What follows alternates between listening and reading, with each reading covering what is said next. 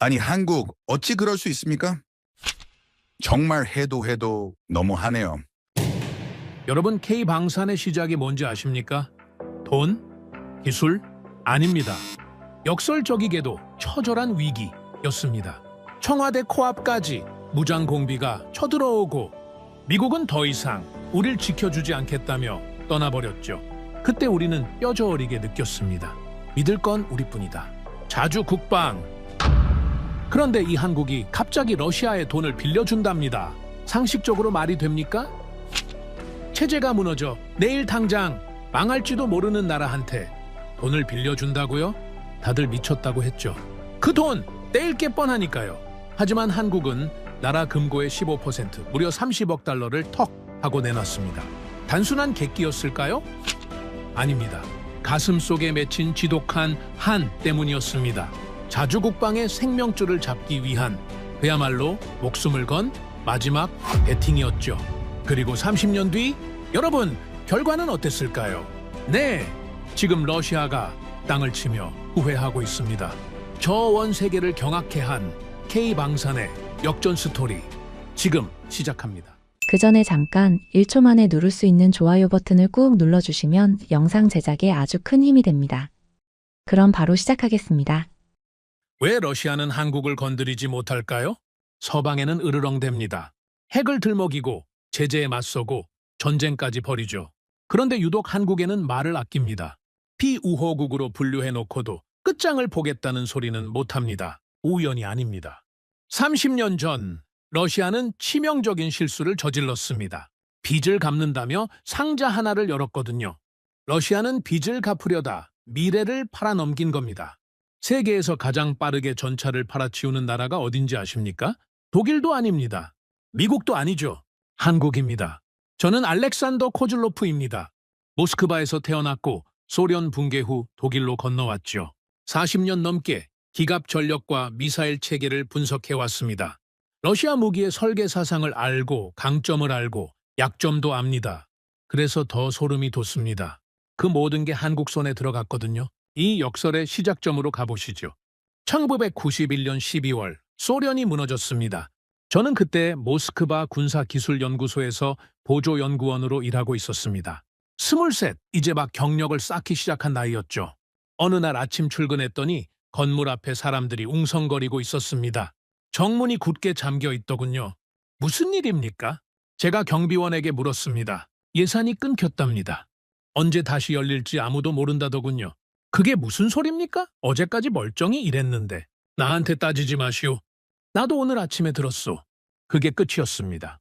아무런 공식 발표도 설명도 없었죠. 그냥 문이 닫혔습니다. 옆에 서 있던 선임 연구원 세르게이가 담배를 꺼내 물었습니다. 손이 떨리고 있더군요. 이제 어쩌지? 다른 자리를 알아봐야죠. 다른 자리? 지금 모스크바에서 연구원 뽑는 데가 어디 있어? 나라가 망하고 있는데. 저는 대답하지 못했습니다. 그의 말이 맞았거든요. 제국이 무너지는 건 이런 겁니다.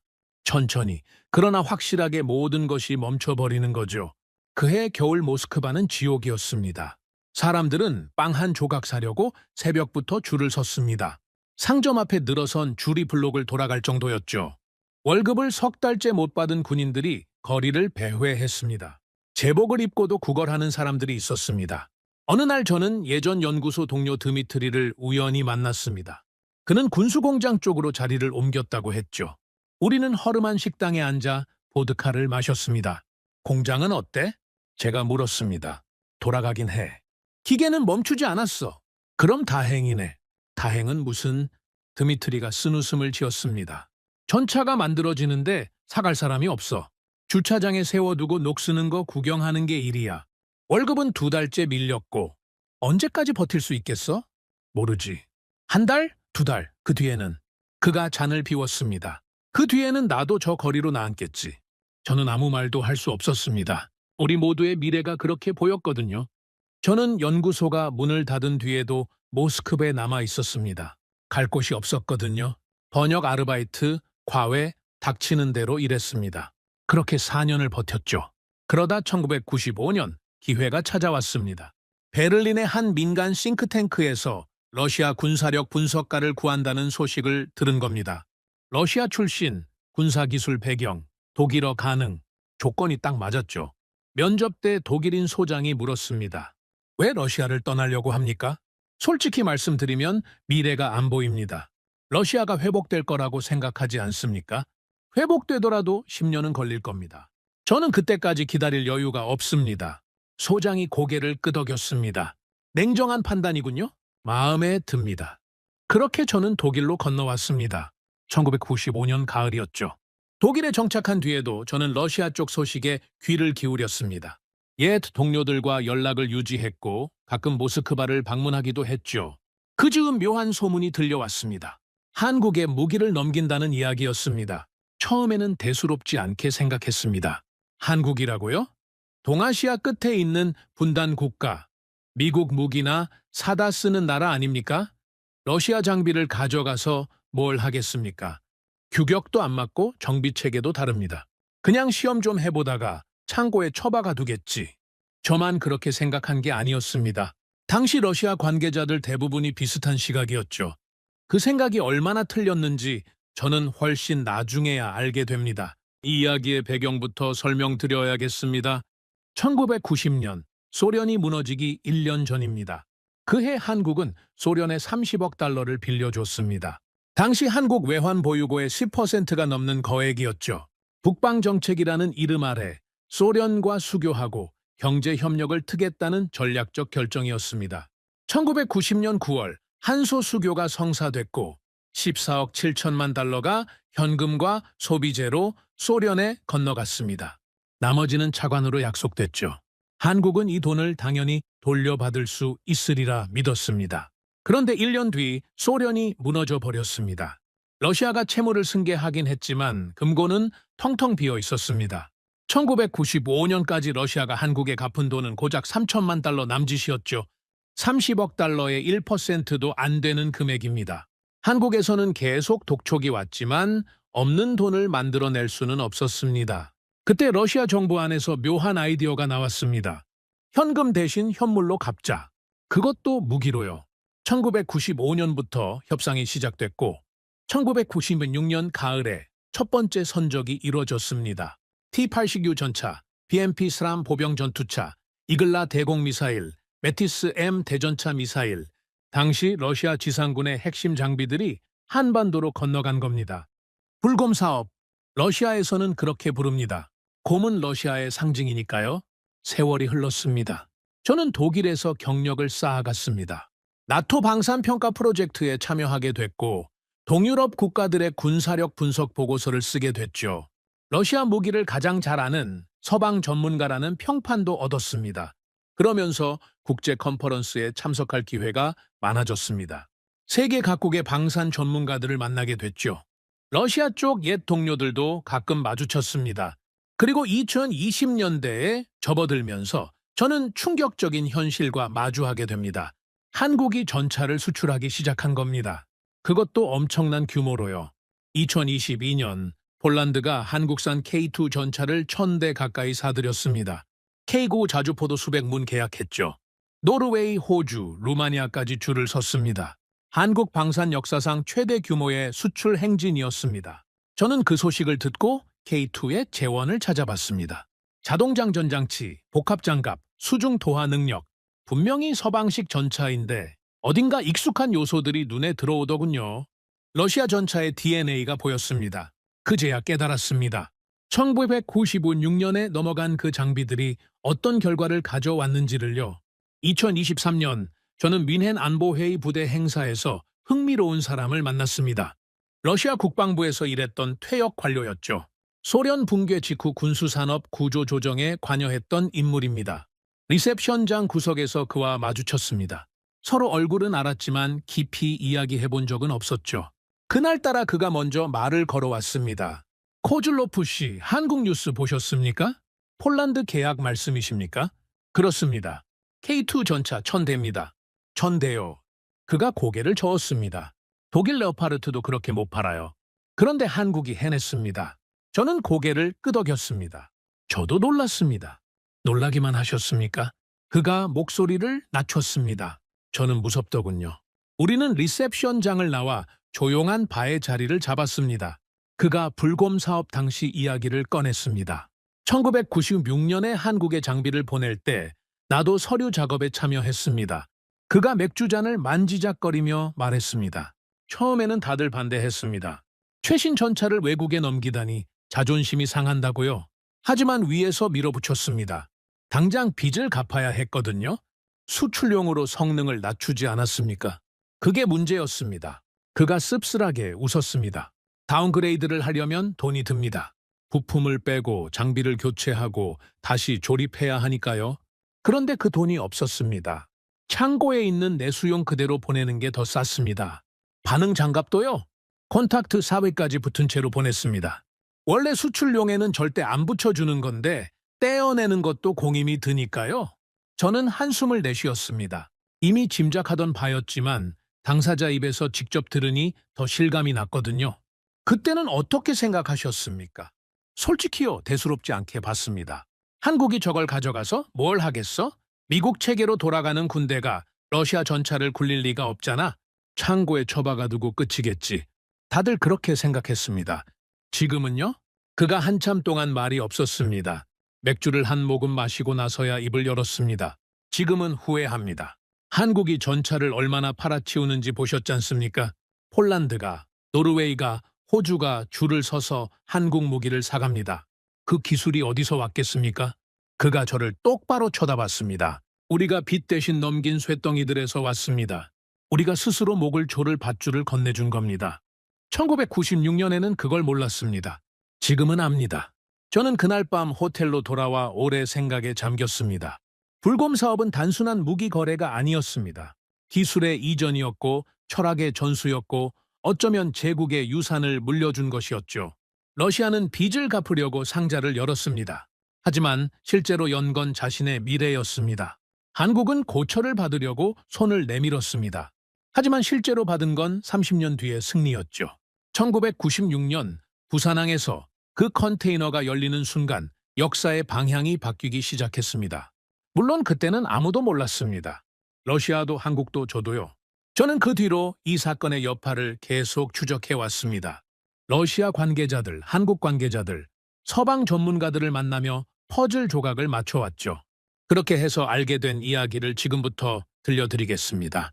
그 괴물 같은 무기들이 한국 땅에서 어떻게 시험됐는지, 한국군이 무슨 고통을 겪으며 그 장비들을 길들였는지, 그리고 그 고통이 어떻게 한국만의 무기로 다시 태어났는지 제가 직접 보고 듣고 확인한 것들을 바탕으로 말씀드리겠습니다. 2023년 뮌헨에서 러시아 관료를 만난 뒤 저는 불곰 사업에 대해 본격적으로 파고들기 시작했습니다. 그동안은 그저 흥미로운 역사적 사건 정도로만 생각했거든요. 러시아가 빚 대신 무기를 넘겼고 한국이 그걸 받았다. 그 정도만 알고 있었죠. 하지만 한국 방산의 폭발적인 성장을 목격하면서 그 시작점을 제대로 이해해야겠다는 생각이 들었습니다. 저는 인맥을 총동원했습니다. 러시아 쪽 옛 동료들, 나토 분석가들, 그리고 한국 방산업계 관계자들까지 수소문 끝에 2024년 초 서울에서 열린 방산 컨퍼런스에 참석할 기회를 얻었습니다. 거기서 저는 결정적인 사람을 만나게 됩니다. 그의 이름은 밝히지 않겠습니다. 본인이 원치 않았거든요.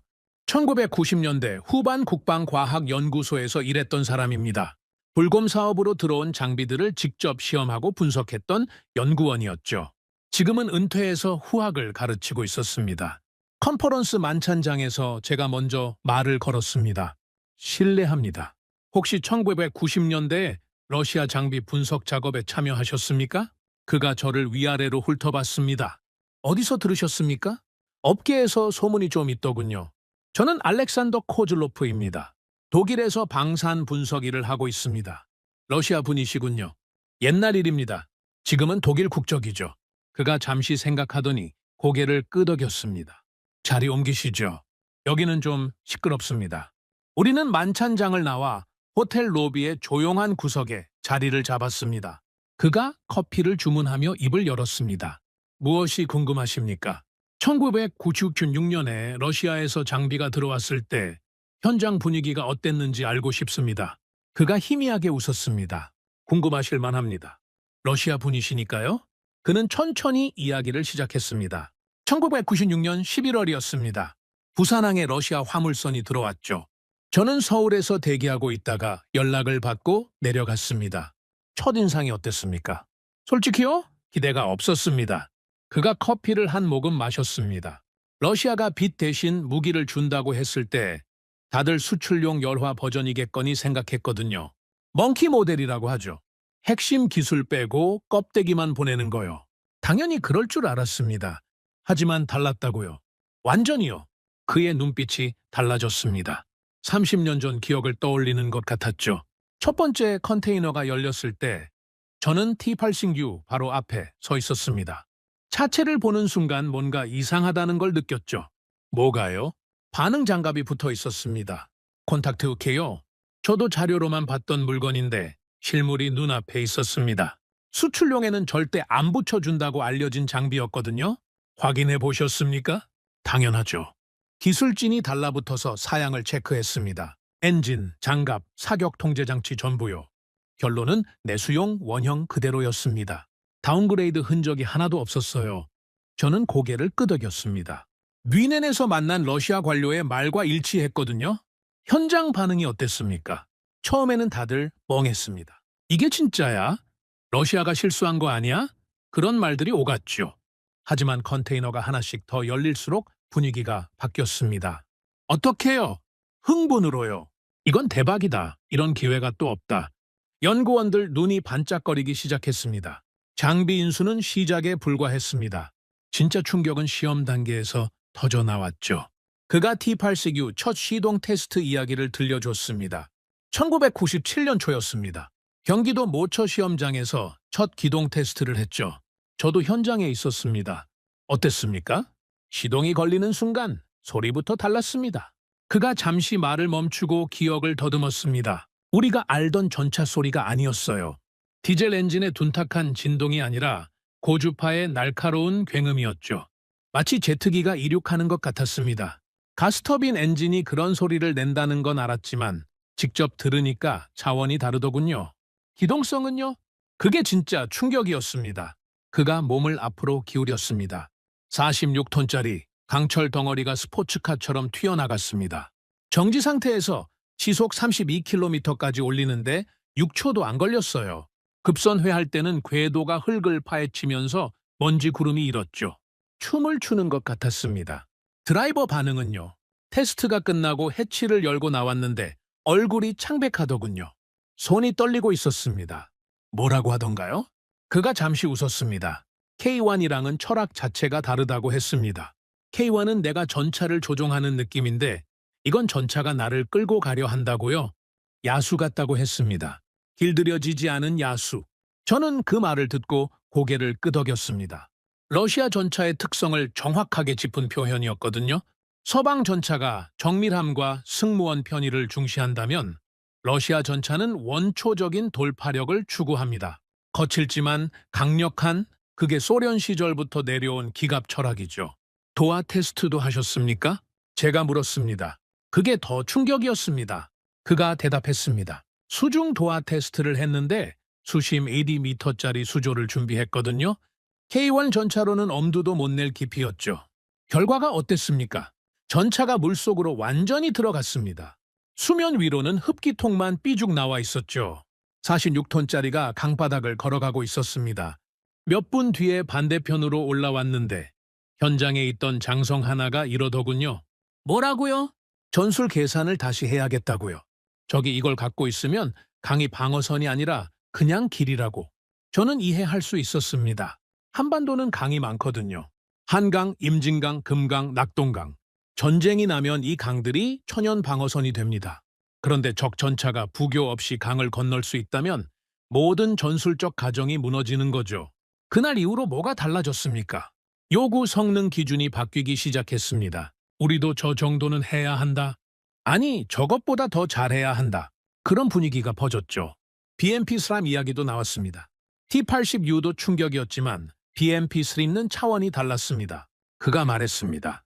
그게 뭐가 그렇게 특별했습니까? 장갑차인데 화력이 경전차급이었거든요. 100mm 주포에 30mm 기관포를 동시에 장착했습니다. 우리가 갖고 있던 K200은 기관총 하나 단 수준이었는데 비교 자체가 불가능했죠. 그것만이 아니었겠죠? 네, 수상주행 테스트를 했는데 20톤이 넘는 장갑차가 물 위에 떴습니다. 워터제트로 시속 10km 이동이 가능하더군요. 보트처럼 물살을 가르면서요. 현장 반응이 어땠습니까? K200 후속 사업 담당자가 머리를 싸맸습니다. 기존 계획을 전부 엎어야 한다고요. 저 수준을 기준으로 새로 설계해야 한다고 했죠. 그가 커피 잔을 내려놓았습니다. 그게 나중에 K21 개발로 이어집니다. BMP3를 보지 않았으면 K21의 요구 성능이 저렇게 높아지지 않았을 겁니다. 저는 한 가지 더 궁금한 게 있었습니다. 당시 미국 반응은 어땠습니까? 그가 의미심장하게 웃었습니다. 그게 재미있는 부분입니다. 어떻게요? 미국에서 연락이 왔거든요. T80U를 좀 보여줄 수 있냐고요. 미국이요? 펜타곤도 T80U 최신 사양은 구하기 어려웠습니다. 러시아가 수출을 철저히 통제했거든요. 그런데 한국이 빚값으로 받은 물건 중에 오리지널이 있다? 군침이 돌 수밖에요. 그래서 보여줬습니까? 최종적으로는 정보를 공유했습니다. 동맹이니까요. 하지만 그 과정에서 묘한 변화가 있었습니다. 무슨 변화요? 전에는 미국이 정보를 주고 우리가 받는 구조였거든요. 그런데 이번에는 반대였습니다. 우리가 쥐고 있는 정보를 미국이 필요로 하는 상황이었죠. 협상에서 우리 목소리가 달라졌습니다. 그가 저를 똑바로 쳐다봤습니다. 그때 처음 느꼈습니다. 우리도 뭔가를 가질 수 있구나. 받기만 하는 게 아니라 줄 수도 있구나. 그 깨달음이 중요했습니다. 저는 그의 이야기를 들으면서 복잡한 감정을 느꼈습니다. 러시아가 넘긴 장비들이 한국에서 이렇게 철저하게 분석되고 있었다니요. 단순히 굴려보고 끝낸 게 아니었습니다. 성능을 확인하고 의미를 파악하고 자기 것으로 만들어가는 과정이었죠. 당시에 어디까지 예상하셨습니까? 제가 물었습니다. 무슨 말씀이시죠? 이 장비들을 분석해서 결국 어디까지 갈 수 있을 거라고 생각하셨습니까? 그가 잠시 생각에 잠겼습니다. 솔직히요, 그때는 몰랐습니다. 그냥 눈앞에 보물에 빠져 있었죠. 이걸 어떻게 뜯어볼까? 뭘 배울 수 있을까? 그 생각뿐이었습니다. 지금 돌아보면요, 기적 같습니다. 그가 나직이 웃었습니다. 그때 우리가 뭘 손에 넣은 건지 30년이 지나서야 제대로 보이거든요. 러시아는 빚을 갚으려고 상자를 열었지만 우리는 거기서 미래를 꺼낸 겁니다. 저는 호텔로 돌아오는 길에 생각에 잠겼습니다. 그의 이야기를 들으면서 깨달은 게 있었거든요. 한국은 그 장비들을 그냥 가져다 쓴 게 아니었습니다. 처음부터 배우려는 자세로 접근했죠. 성능에 감탄하는데 그치지 않고 왜 이렇게 만들었는지를 파고들었습니다. 드라이버가 야수 같다고 표현한 그 느낌, 장성이 전술 계산을 다시 해야겠다고 말한 그 순간, 연구원들이 요구 성능을 높여야 한다고 결론 내린 그 회의, 모든 게 연결되어 있었습니다. 러시아는 무기를 넘겼다고 생각했습니다. 하지만 한국은 철학을 받아간 겁니다. 그리고 그 철학을 자기 것으로 소화하기 시작했죠. 물론 그 과정이 순탄하지만은 않았습니다. 화려한 성능 뒤에는 처절한 고통이 숨어 있었거든요. 한국군과 연구원들이 그 괴물 같은 장비들을 길들이면서 겪어야 했던 시행착오, 좌절, 그리고 피땀 어린 노력. 그 이야기는 서울에서 만난 다른 사람에게서 들었습니다. 당시 정비 현장에 있었던 부사관 출신이었죠. 그가 들려준 이야기는 화려한 성능 테스트와는 전혀 달랐습니다. 지옥 같았다고 했습니다. 서울 컨퍼런스에서 만난 연구원은 화려한 이야기를 들려줬습니다. 전차가 춤추듯 달리고 장갑차가 물 위를 떠다니고 미국이 정보를 요청해왔다는 이야기요. 하지만 저는 알고 있었습니다. 모든 성공담 뒤에는 고통이 숨어 있다는 걸요. 러시아 무기를 40년간 분석해온 사람으로서 저는 그 장비들이 얼마나 다루기 까다로운지 잘 알거든요. 서방 체계에 익숙한 한국군이 하루아침에 러시아 장비를 길들였을 리가 없습니다. 그래서 저는 다른 사람을 찾았습니다. 현장에서 실제로 그 장비들과 씨름했던 사람을요. 수소문 끝에 연락이 닿은 사람은 예비역 원사였습니다. 1990년대 후반 기갑부대에서 정비부사관으로 복무했던 분이죠. 불검 사업 장비들을 직접 만지고 고치던 사람이었습니다. 우리는 서울 외곽의 한 식당에서 만났습니다. 그가 소주를 따르며 입을 열었습니다. 연구원들이 뭐라고 하던가요? 대단한 성능이었다고 하더군요. 전차가 춤을 추는 것 같았다고 그가 피식 웃었습니다. 그 양반들은 시험장에서만 봤으니까 그렇죠. 우리는 그 춤추는 전차를 매일 굴려야 했습니다. 지옥이 따로 없었어요. 그는 BMP 스림 이야기부터 꺼냈습니다. 1997년 여름이었습니다. 장마가 막 끝나고 불볕더위가 시작됐죠. BMP 스림 탑승 훈련이 잡혀 있었습니다. 어땠습니까? 처음에는 다들 신기해했죠. 러시아제 최신 장갑차라면서요. 100mm 주포에 30mm 기관포까지 화력 하나는 끝내준다고 했으니까. 그가 소주잔을 비웠습니다. 근데 타보니까 딴 세상이더라고요. 뭐가 문제였습니까? 더위요. 상상을 초월했습니다. 그가 고개를 저었습니다. BMP 스레이는 엔진이 차체 뒤쪽에 있거든요. 그런데 병력 탑승 공간이 바로 그 엔진 위에 있습니다. 쉽게 말해서 병사들이 난로 위에 앉아 있는 거예요. 러시아에서는 문제가 안 됐겠죠. 추우니까. 맞습니다. 시베리아에서는 오히려 난방 효과가 있었겠죠. 근데 한국 여름은 다르잖아요. 그가 담배를 꺼내 물었습니다. 첫 훈련 날 출발하고 10분도 안 돼서 병사 하나가 쓰러졌습니다. 쓰러졌다고요? 열사병이요. 차 안 온도가 50도 가까이 올라갔거든요. 거기다 엔진 진동, 기름 냄새, 환기도 안 되고 병사가 토하면서 쓰러졌습니다. 훈련 중단하고 의무대로 실어 날랐죠. 저는 고개를 끄덕였습니다. 충분히 예상할 수 있는 문제였거든요. 그 뒤로 어떻게 했습니까? 여름 훈련은 새벽이나 밤에만 했습니다. 낮에는 못 타요. 타면 쓰러지니까 병사들 사이에서 별명이 붙었습니다. 뭐라고요? 찜통이요. BMP 사람 대신 그냥 찜통이라고 불렀습니다. 문제는 더위만이 아니었습니다. 정비가 진짜 지옥이었습니다. 그가 말했습니다.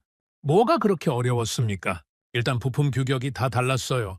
볼트 하나, 게스킷 하나까지 전부 러시아 규격이었거든요. 한국 시장에서는 구할 수가 없었습니다. 그럼 어떻게 했습니까? 러시아에 주문해야 했죠. 근데 그게 석 달이 걸려요. 빨라야 석 달, 늦으면 반년. 그가 한숨을 내쉬었습니다. 부품 하나 없어서 장비 전체가 놀고 있는 거예요. 그게 한두 대가 아니었습니다. 해결책이 있었습니까? 편법이요. 그가 씁쓸하게 웃었습니다. 두 대 중 한 대를 부품 공여용으로 돌렸습니다. 한 대를 뜯어서 다른 한 대를 살리는 거죠.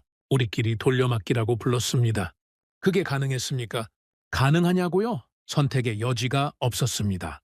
장비를 완전히 세워둘 수는 없잖아요. 훈련은 해야 하니까. 그가 담배 연기를 내뿜었습니다. 웃긴 건요, 그 돌려막기를 하면서 장비 구조를 다 외웠다는 겁니다. 어떤 부품이 어디 들어가는지, 어떻게 떼고 어떻게 끼우는지. 매뉴얼 볼 필요도 없이 손이 기억하게 됐어요. 전화위복이었군요. 그때는 몰랐죠. 그냥 죽을 맛이었습니다. 매뉴얼 이야기가 나왔으니 말인데 그게 또 다른 지옥이었습니다. 러시아어 매뉴얼이 왔거든요. 수천 페이지짜리. 그가 말했습니다. 번역은 됐습니까? 됐죠. 근데 그게 문제였습니다. 그가 피식 웃었습니다. 번역을 누가 했는지 아십니까? 러시아어 전공한 민간인들이요. 군사 용어를 모르는 사람들이었습니다. 결과가 어땠습니까? 엉망이었죠. 한 번은 정비 교범을 보고 있는데 볼트 체결 지침이 나오더라고요. 규정 토크로 조이시오라고 써 있어야 할 자리에 뭐라고 써 있었는지 아십니까? 뭐라고요? 부드럽게 달래서 넣으시오. 저는 웃음을 터뜨렸습니다. 러시아어 관용 표현을 그대로 직역한 거예요. 기술 문서인데 시 쓰듯이 번역해놨더라고요. 그걸로 정비가 가능했습니까? 불가능했죠. 그 번역 믿고 작업했다가 볼트가 헐거워져서 부품이 떨어져 나간 적도 있습니다. 하마터면 큰일 날 뻔했어요. 그가 목소리를 낮췄습니다. 그 뒤로는 번역본을 안 믿었습니다. 원문 매뉴얼이랑 같이 펴놓고 사전 뒤지고 러시아어 아는 사람 수소문해서 물어보고 한 줄 이해하는데 하루가 걸리기도 했습니다. 고생이 많으셨네요. 고생은 무슨, 그게 일이었습니다. 매일 그렇게 살았어요. 러시아 교관단 이야기도 나왔습니다. 기술 전수를 위해 러시아에서 교관들이 왔거든요. 장비 운용법이랑 정비 기술을 가르쳐 주러요. 도움이 됐습니까? 됐죠? 근데 소통이 문제였습니다. 그가 한숨을 쉬었습니다. 삼중 통역이라고 들어보셨습니까? 삼중이요? 러시아 교관이 러시아어로 말합니다. 그걸 러시아어 영어 통역이 영어로 바꾸죠. 그리고 영어 한국어 통역이 다시 한국어로 전달합니다. 한 문장 전달하는데 3단계를 거치는 거예요. 시간이 많이 걸렸겠군요. 시간도 문제지만 의미가 왜곡되는 게 더 심각했습니다. 그가 당시를 떠올리듯 눈을 감았습니다. 한 번은 엔진 정비 교육 중이었습니다. 러시아 교관이 뭔가를 길게 설명했어요. 통역을 2번 거쳐서 나온 말이 뭔지 아십니까? 뭔데요? 이 부분을 조심해야 합니다. 그게 끝이요. 네? 뭘 어떻게 조심하라는 건지 구체적인 내용이 다 날아갔어요. 다시 물어보면 또 3중 통역을 거쳐야 하고, 그러다 보면 시간은 시간대로 가고. 어떻게 해결했습니까? 말을 포기했습니다. 그가 담담하게 말했습니다. 통역이 안 되면 눈으로 배웠어요. 러시아 교관 옆에 바짝 붙어서 손동작을 지켜봤습니다. 저 사람이 뭘 하는지는 모르겠지만 손이 어디로 가는지는 보이니까 그거라도 따라하자. 효과가 있었습니까? 있었죠. 오히려 더 정확히 배운 것 같기도 해요. 말로 들으면 흘려듣기 쉬운데 눈으로 보면 놓칠 수가 없거든요. 온 신경을 집중해야 하니까 그가 소주를 한 잔 더 따랐습니다. 러시아 교관 중 한 명이 나중에 이런 말을 했대요. 한국 사람들은 이상하다고? 설명을 못 알아듣는 것 같으면서 막상 해보면 정확하게 해낸다고. 마치 눈으로 기술을 훔쳐가는 것 같다고요. 저는 그 말에 묘한 감정을 느꼈습니다. 불편한 상황을 오히려 학습의 기회로 바꿔버린 거였으니까요. 그가 가장 인상 깊었던 순간을 물었을 때 그는 잠시 생각하다가 대답했습니다. 메티스 M 첫 실사격이요. 대전차 미사일 말입니까? 네, 1998년쯤이었을 겁니다. 시험 사격이 있었는데 저도 현장에 있었거든요. 어땠습니까? 처음에는 다들 긴장했죠.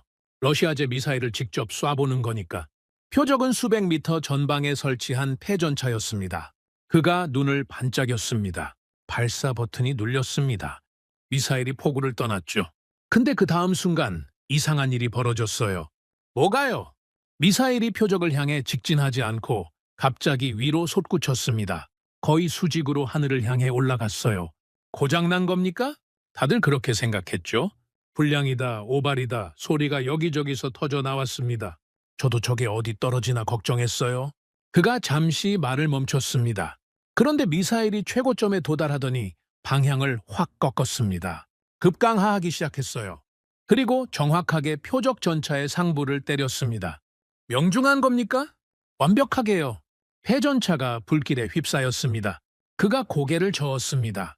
현장이 조용해졌어요. 아무도 말을 못했습니다. 방금 뭘 본 거지? 그런 표정들이었죠. 그게 뭐였습니까? 탑 어택이요. 그가 설명했습니다. 전차의 상부 장갑은 측면이나 전면보다 얇습니다. 그래서 정면으로 들이받는 대신 위로 올라갔다가 내리꽂는 거예요. 반응 장갑이 있어도 위에서 떨어지면 막기 어렵거든요. 그걸 그때 처음 안 겁니까? 직접 본 건 처음이었죠. 자료로는 알았지만 실제로 보니까 충격이 다르더라고요. 그가 소주잔을 들었습니다. 옆에 있던 러시아 교관이 웃으면서 말했습니다. 이게 러시아 방식이라고. 정면이 막혀 있으면 돌아가는 거라고. 한국군에게는 새로운 개념이었겠네요. 완전히요. 그날 이후로 대전차 전술에 대한 생각이 바뀌었습니다. 정면 대결만이 답이 아니구나. 약한 곳을 찾아서 파고들 수도 있구나. 그가 덧붙였습니다. 그 개념이 나중에 형용 개발에 들어갔다고 들었습니다.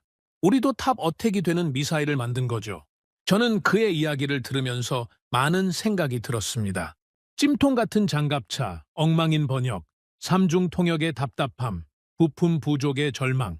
겉으로 보기에는 그냥 고생담입니다. 하지만 그 고생 속에서 한국은 무언가를 얻어가고 있었습니다. 돌려막기를 하면서 장비 구조를 손으로 외웠고, 번역이 안 되니까 원문을 직접 파고들었고, 통역이 안 되니까 눈으로 기술을 훔쳤습니다. 불편함이 오히려 더 깊은 학습으로 이어진 거죠.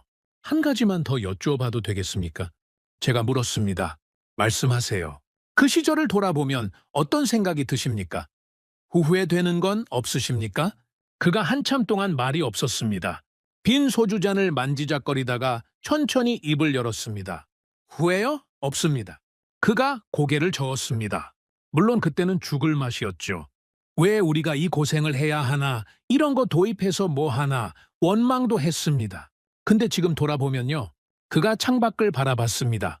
그 고생이 없었으면 지금의 한국 방산도 없었을 거예요. K2 전차, K21 장갑차, 형용 미사일. 다 그때 뿌린 씨앗에서 자란 겁니다. 우리가 흘린 땀이 밑거름이 된 거죠. 그가 저를 돌아봤습니다. 러시아 분이시라면서요? 네, 옛날 일이지만 이상한 기분이시겠습니다. 러시아가 넘긴 기술이 한국에서 이렇게 됐으니까 저는 솔직하게 대답했습니다. 복잡합니다. 뿌듯하기도 하고 씁쓸하기도 하고 이해합니다. 그가 고개를 끄덕였습니다. 근데 이건 알아주셨으면 해요. 우리가 그냥 가져다 쓴 게 아닙니다. 피땀 흘려서 배웠어요. 그 고통의 시간이 있었기 때문에 지금이 있는 겁니다. 저는 고개를 숙였습니다. 알겠습니다. 존경스럽습니다. 그가 빙그레 웃었습니다. 존경은 무슨, 그냥 군인이 할 일을 한 거죠. 식당을 나서면서 저는 생각에 잠겼습니다. 불곰 사업에 진짜 가치가 보이기 시작했거든요. 러시아가 넘긴 건 무기였습니다. 하지만 한국이 얻은 건 무기가 아니었습니다. 고통이었습니다. 찜통 속에서 쓰러지는 병사들, 오역된 매뉴얼 앞에서 절규하는 정비관들, 삼중 통역의 답답함 속에서 눈으로 기술을 훔치던 연구원들, 부품이 없어서 한 대를 죽이고 다른 한 대를 살리던 현장의 고육지책, 그 모든 고통이 한국을 단련시켰습니다. 단순히 러시아 무기를 운용하는 법을 배운 게 아닙니다. 러시아 무기의 장점을 취하고 단점을 보완하는 능력을 길렀습니다. 그리고 그 능력이 한국만의 무기를 만드는 밑거름이 됐죠. 고통을 기술로 바꾸는 나라, 불편함을 혁신의 동력으로 만드는 나라. 그게 제가 발견한 한국이었습니다. 서울에서 돌아온 뒤 저는 한국 방산에 대한 자료를 본격적으로 파고들기 시작했습니다. 정비부사관에게서 들은 이야기가 머릿속을 떠나지 않았거든요. 찜통 같은 장갑차, 엉망인 번역, 부품 부족의 절망. 그 모든 고통 속에서도 한국은 무언가를 배워갔습니다. 그렇다면 그 배움이 어떤 결과로 이어졌을까요? 저는 공개된 논문들을 뒤졌습니다. 국제방산학회지에 실린 한국 연구자들의 발표 자료, 나토 기술평가 보고서, 각국 군사 전문지의 분석 기사까지, 그리고 2024년 가을 아부다비 방산 박람회에서 결정적인 사람을 만나게 됩니다. 그는 한국의 방산업체에서 일하는 엔지니어였습니다. K2 전차 개발에 참여했던 사람이었죠. 박람회장 한국관에서 우연히 대화를 나누게 됐습니다. 독일에서 오셨다고요? 무슨 일을 하십니까? 그가 물었습니다. 방산 분석입니다. 주로 러시아 장비를 다루죠. 아, 그러시군요. 그의 눈빛이 달라졌습니다. 그럼 불곰 사업에 대해서도 아시겠네요. 알죠. 요즘 그 주제로 조사를 하고 있습니다. 흥미롭군요. 러시아분이 불곰 사업을 조사한다니. 그가 웃었습니다. 커피 한잔 하실래요? 시간이 좀 있습니다. 우리는 박람회장 구석의 카페에 자리를 잡았습니다. 저는 단도직입적으로 물었습니다. K2 전차 개발에 불곰 사업 장비들이 영향을 줬습니까? 그가 커피를 한 모금 마시고 대답했습니다. 영향 정도가 아니죠. 뿌리입니다. 그는 1990년대 후반 국방과학연구소에서 있었던 일을 들려줬습니다. 불곰 사업으로 장비가 들어온 뒤 ADD에서 본격적인 역설계가 시작됐습니다. 제가 연구소에 들어간 건 2000년대 초반이었는데 그때도 그 작업이 한창이었어요. 역설계라면 분해해서 구조를 파악하는 거죠? 네. 근데 우리가 한 건 단순한 분해가 아니었습니다. 그가 목소리를 낮췄습니다. 볼트 하나까지 전부 분석했어요. 이 볼트가 왜 이 자리에 있는지, 왜 이 재질인지, 왜 이 규격인지. 모든 선택에는 이유가 있다는 전제로 접근했습니다. 시간이 많이 걸렸겠군요. 몇 년이 걸렸죠. T-80U 한 대를 완전히 이해하는데 말입니다. 하지만 그만한 가치가 있었습니다. 어떤 가치요? 그가 잠시 생각하더니 대답했습니다. 설계 철학을 배웠습니다. 러시아 사람들이 왜 이런 선택을 했는지 이해하게 된 거죠. 그가 구체적인 예를 들어줬습니다. T-80U의 자동장 전장치를 분석할 때였습니다. 처음에는 다들 의아해했어요. 뭐가요? 전자 제어가 거의 없었거든요.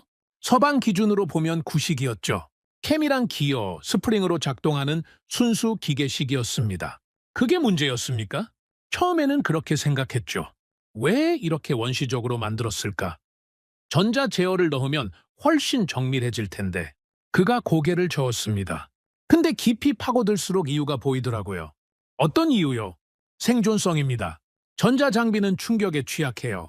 피격당하거나 험한 지형을 달리면 고장나기 쉽죠. 근데 기계식은 다릅니다. 전기가 나가도 회로가 타도 기어랑 스프링은 돌아가거든요. 그가 손가락으로 테이블을 두드렸습니다. 러시아 설계자들은 최악의 상황을 가정한 겁니다. 전장에서는 뭐든 고장 날 수 있다. 그러니까 가장 단순하고 튼튼한 방식을 선택하자. 그게 러시아 기갑 철학의 핵심이었어요. 저는 고개를 끄덕였습니다. 제가 아는 러시아 설계 사상과 일치하는 분석이었거든요. 그걸 이해하고 나서 뭐가 달라졌습니까? 관점이 바뀌었죠. 그가 대답했습니다. 전에는 서방식이 좋다, 러시아식이 나쁘다, 이런 이분법으로 생각했거든요. 근데 그게 아니더라고요. 서방은 서방 나름의 논리가 있고, 러시아는 러시아 나름의 논리가 있는 거였습니다. 둘 다 맞는 거예요. 환경과 목적에 따라 다른 선택을 한 것뿐이죠. 그래서요? 우리는 둘 다 가져가기로 했습니다. 그가 웃었습니다. 러시아의 기계적 신뢰성에 서방의 전자기술을 결합하는 거죠. 양쪽 장점을 모두 취하는 하이브리드 접근법이었습니다. K2 전차 개발 이야기가 나왔습니다. K2를 설계할 때 가장 큰 논쟁이 뭐였는지 아십니까? 그가 물었습니다. 뭐였습니까? 자동 장전장치 도입 여부였습니다. 그가 설명했습니다. 서방 전차는 대부분 4인 승무원 체계거든요. 전차장, 포수, 조종수, 그리고 장전수. 장전수가 직접 포탄을 들어서 장전하는 방식이죠. 러시아는 다르죠. 네. 러시아는 자동 장전 장치를 써서 장전수를 없앴습니다. 3인 승무원 체계예요. 인원이 줄어드니까 차체를 더 작게 만들 수 있고 피탄 면적도 줄어들죠. 하지만 단점도 있지 않습니까? 그게 논쟁 포인트였습니다. 그가 고개를 끄덕였습니다. 러시아식 자동장전 장치는 탄약을 승무원 바로 옆에 배치해요. 공간 효율을 위해서죠. 근데 피격당하면 탄약이 유폭합니다. 우크라이나 전쟁에서 러시아 전차 포탑이 날아가는 영상 보셨죠? 그게 이 때문이에요. 그래서 어떻게 결정했습니까? 장점은 취하고 단점은 우리 방식으로 보완하기로 했습니다. 그가 자신 있게 말했습니다. K2에는 자동장전 장치가 들어갑니다. 하지만 탄약 배치를 완전히 새로 설계했어요. 포탑 후방에 분리된 탄약고를 만들고 장갑으로 격리했습니다. 피격당해도 유폭이 승무원실로 전이되지 않는 구조죠. 러시아의 개념에 서방의 안전 설계를 더한 거군요. 정확합니다. T-80U를 분석하지 않았으면 나올 수 없는 설계였어요. 러시아가 왜 자동장전을 선택했는지, 그 장점이 뭔지 이해했기 때문에 가능했던 겁니다. K-21 보병 전투차 이야기도 나왔습니다. K-21은 더 직접적인 영향을 받았습니다. 그가 말했습니다. BMP-3 때문이죠? 네. BMP-3를 보기 전과 후로 나뉜다고 해도 과언이 아니에요. 그가 당시를 회상했습니다. 원래 K200 후속 사업은 소박한 목표였거든요. 기존 성능을 약간 개선하는 수준이었죠. 그런데 BMP-3 시험 결과가 나온 뒤 모든 게 바뀌었습니다. 어떻게요? 요구 성능이 확 올라갔어요. 그가 손을 펼쳐 보였습니다. 수상주행 필수, 강력한 화력 필수, 도하 능력 필수. BMP-3에서 본 것들이 전부 요구 조건에 들어갔습니다. 현장에서 반발은 없었습니까? 있었죠. 예산도 문제고 기술적으로 가능한지도 의문이었으니까요. 하지만 작전 쪽에서 밀어붙였습니다. 뭐라고 했습니까? 저기 저런 걸 갖고 있는데 우리가 못 만들면 어떡하냐? 전쟁 나면 어떻게 싸울 거냐? 그렇게 나오니까 반박이 어려웠죠. 그가 웃었습니다. 결국 설계를 처음부터 다시 했습니다. BMP-3를 넘어서는 걸 목표로요. 결과가 어땠습니까? K-21이 나왔죠. 40mm 기관포의 수상 주행 능력, 현대적인 사격 통제 장치까지 BMP-3의 장점은 가져가면서 단점은 보완한 장비가 됐습니다. 저는 한 가지 궁금한 게 있었습니다. 복제라는 비판은 없었습니까? 그가 표정이 살짝 굳었습니다. 왜 그런 말씀을 하시죠? 러시아 장비를 분석해서 만들었으니까요. 외부에서 보면 기술을 베꼈다고 볼 수도 있지 않습니까? 그가 한참 동안 저를 쳐다봤습니다. 그리고 천천히 말했습니다. 복제와 학습은 다릅니다. 어떻게요? 복제는 똑같이 만드는 거예요. 원본을 그대로 카피하는 거죠. 우리가 한 건 그게 아닙니다. 그가 목소리에 힘을 줬습니다. 우리는 왜 이렇게 만들었는지를 이해하려고 했습니다. 설계의 이유를 파악하고 그 원리를 배우고 그걸 바탕으로 우리 상황에 맞는 새로운 것을 만들었어요. 그게 학습입니다. 결과물이 달랐다는 거군요? 완전히요. K2는 T-80U가 아닙니다. K-21은 BMP-3가 아니에요. 영감을 받았지만 별개의 장비입니다. 우리 환경에 맞게, 우리 기술로, 우리 방식대로 만든 거죠. 그가 잠시 뜸을 들였습니다. 사실 어느 나라든 마찬가지입니다. 기술은 진공 상태에서 태어나지 않아요. 다들 남에게서 배우고 그걸 발전시켜서 자기 것으로 만드는 겁니다. 미국도 그랬고 독일도 그랬고 러시아도 그랬죠. 우리라고 다를 게 있습니까? 저는 대답하지 못했습니다. 그의 말이 맞았거든요. 미사일 이야기도 나왔습니다.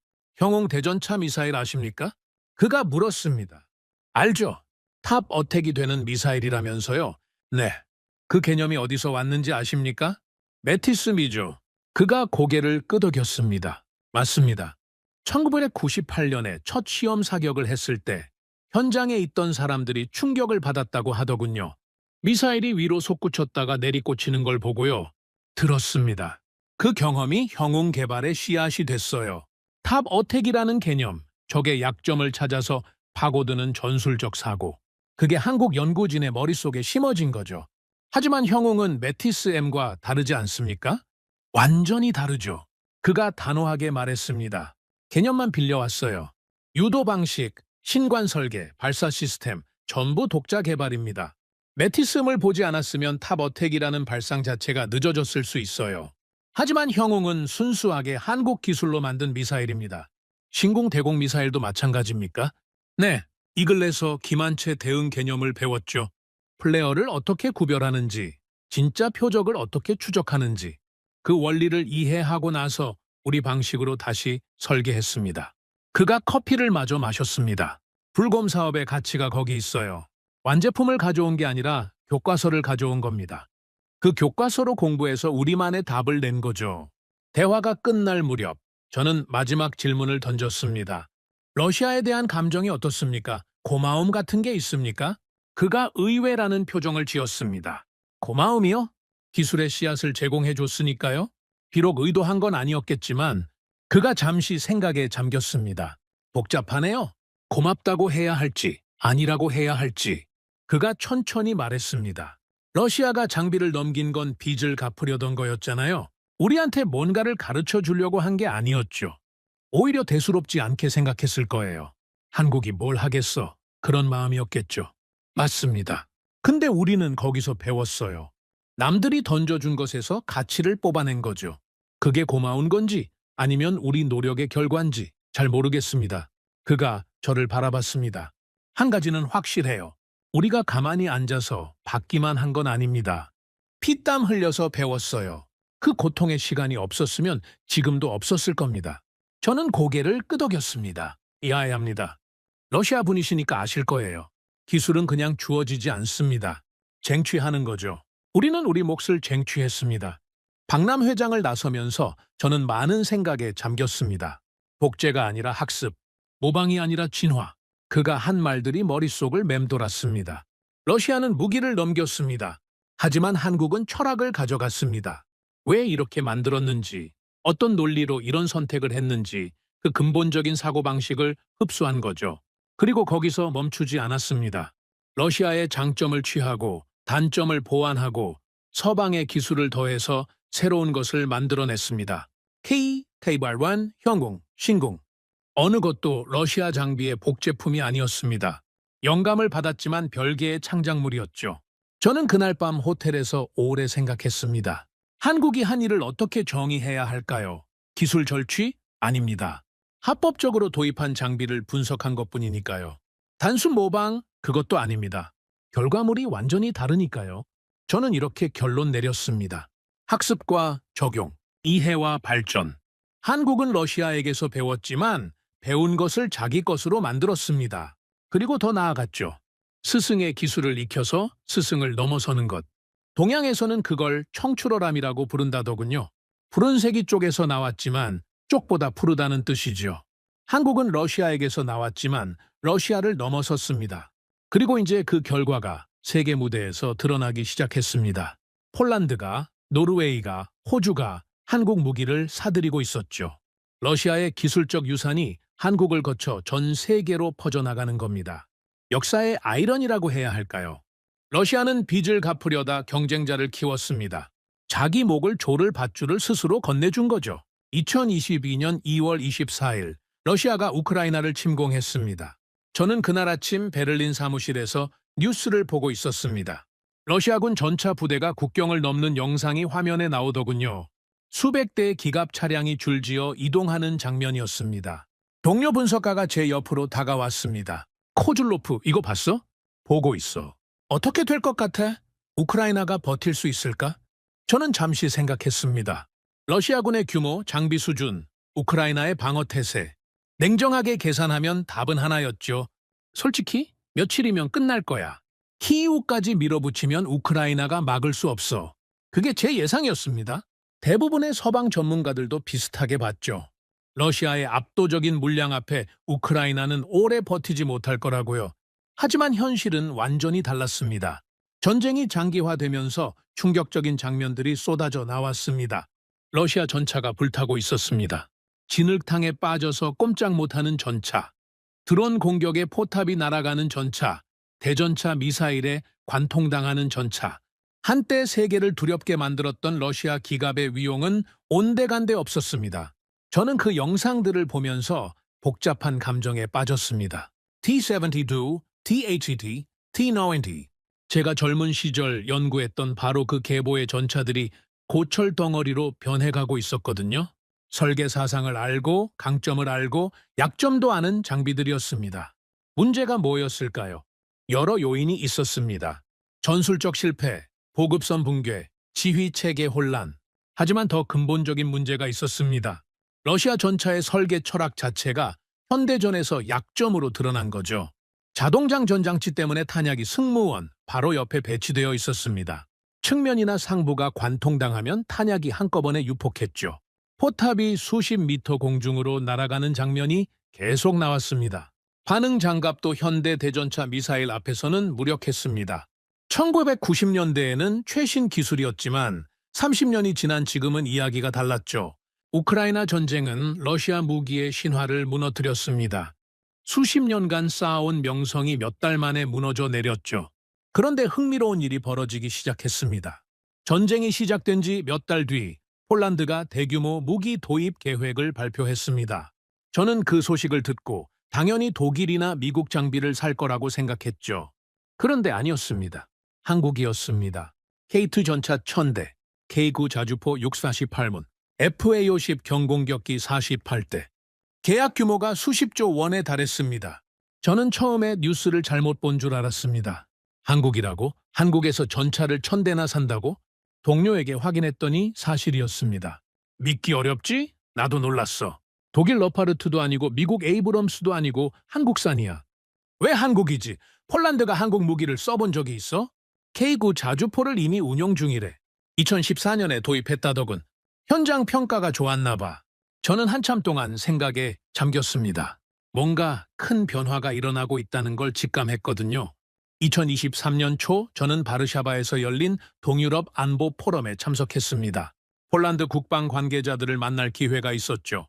리셉션장에서 폴란드 국방부 소속 대령과 대화를 나누게 됐습니다. 그가 K2 도입 결정 과정에 대해 이야기해줬습니다. 한국을 선택한 이유가 뭡니까? 제가 물었습니다. 간단합니다. 시간이요. 그가 대답했습니다. 시간이요? 우크라이나 상황 보셨지 않습니까? 러시아가 바로 옆에 있어요.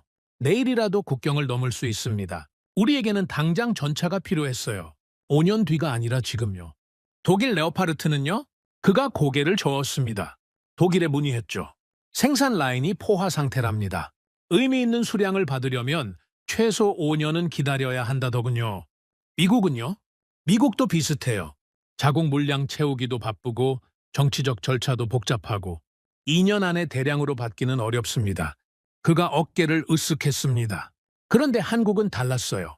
계약하면 1년 안에 첫 물량이 들어온다고 하더군요. 생산 라인을 바로 풀가동할 수 있다고요. 그게 가능합니까? 실제로 가능했습니다. 2022년에 계약했는데 2023년에 이미 전차가 들어오기 시작했어요. 독일이었으면 아직 협상 중이었을 겁니다. 그가 흥미로운 이야기를 덧붙였습니다. K2를 처음 봤을 때 묘한 느낌이 들었습니다. 어떤 느낌이요? 익숙했어요. 분명히 서방식 전차인데 어딘가 우리가 아는 감각이 있더라고요. 저는 무슨 말인지 알 것 같았습니다.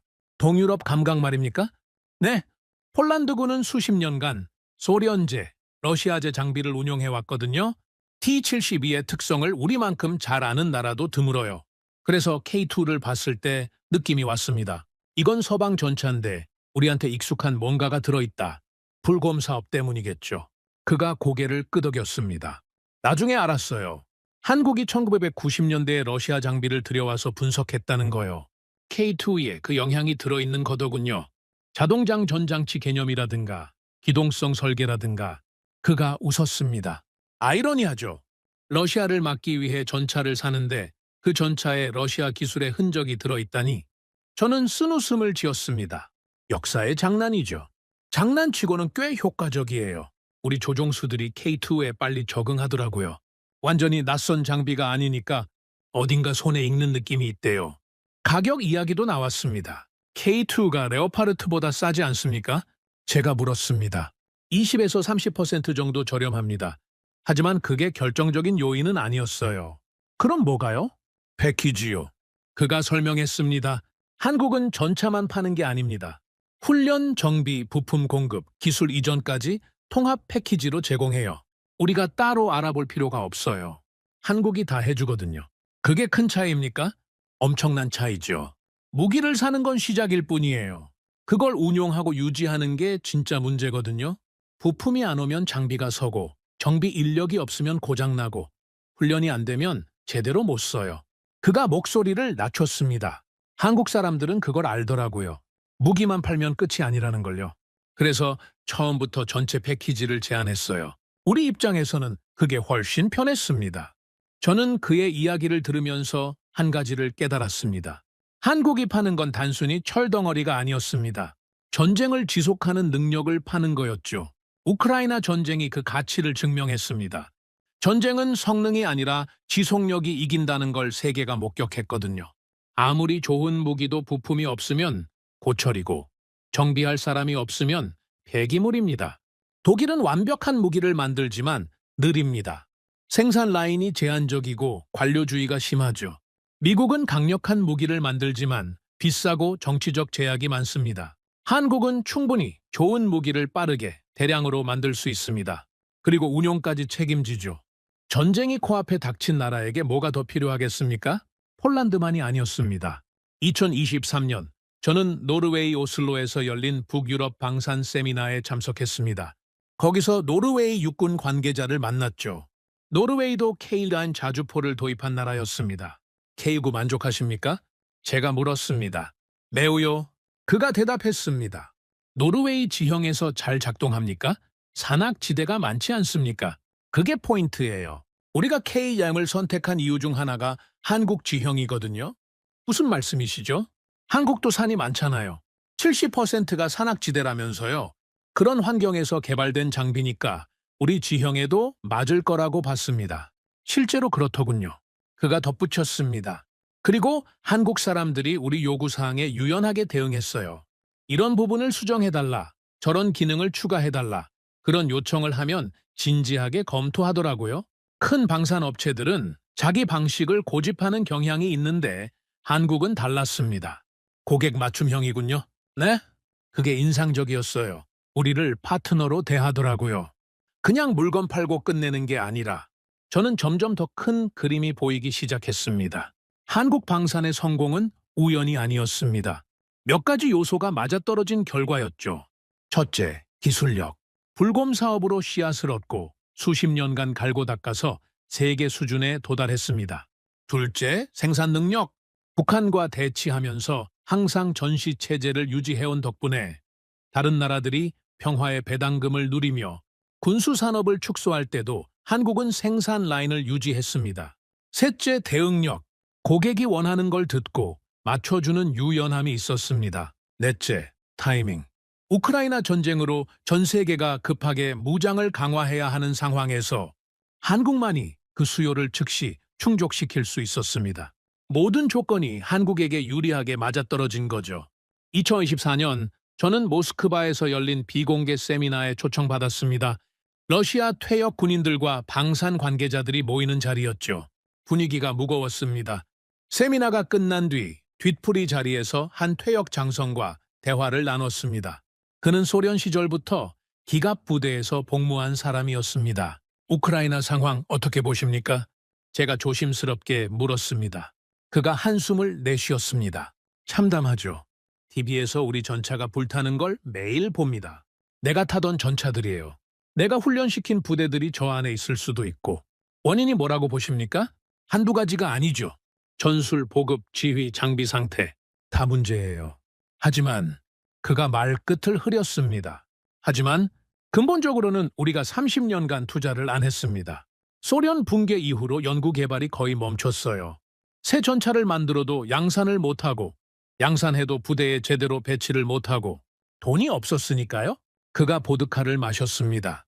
그 사이에 다른 나라들은 발전했습니다. 특히 한국이요.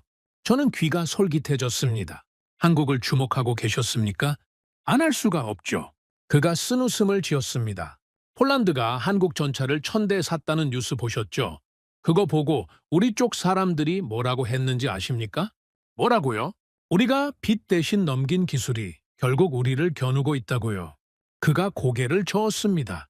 1990년대에 불검 사업으로 한국에 장비를 넘겼지 않습니까? 그때는 다들 대수롭지 않게 생각했어요. 한국이 뭘 하겠어? 창고에 처박아 두겠지. 그랬는데 30년 뒤에 이렇게 됐습니다. 후회하십니까? 그가 한참 동안 말이 없었습니다. 후회요? 그때는 선택의 여지가 없었습니다. 나라가 망하기 직전이었으니까. 빚을 갚으려면 뭐라도 해야 했죠. 그가 저를 바라봤습니다. 하지만 지금 생각하면 그래요. 후회합니다. 우리가 뭘 넘긴 건지 그때는 몰랐어요. 무기를 넘긴 게 아니라 미래를 넘긴 거였습니다. 그가 마지막으로 한 말이 잊히지 않습니다. 아이러니한 게 뭔지 아십니까? 뭔데요? 지금 폴란드가 러시아를 막으려고 한국 전차를 삽니다. 그 전차 안에는 우리 기술이 들어있어요. 우리가 가르쳐준 개념들이요. 그가 쓴웃음을 지었습니다. 러시아를 막기 위해 러시아의 그림자를 사는 거예요. 스승이 제자한테 시장을 뺏기는 것도 모자라 제자가 만든 무기가 스승을 겨누고 있습니다. 저는 아무 말도 할 수 없었습니다. 한국이 잘한 겁니다. 우리가 못한 거고요. 그가 잔을 비웠습니다. 기술은 가만히 있으면 죽어요. 발전시켜야 삽니다. 우리는 30년간 가만히 있었고 한국은 30년간 발전했습니다. 결과가 이거예요. 받아들일 수밖에 없죠. 모스크바를 떠나는 비행기 안에서 저는 오래 생각에 잠겼습니다. 불검 사업이 시작된 지 거의 30년이 됐습니다.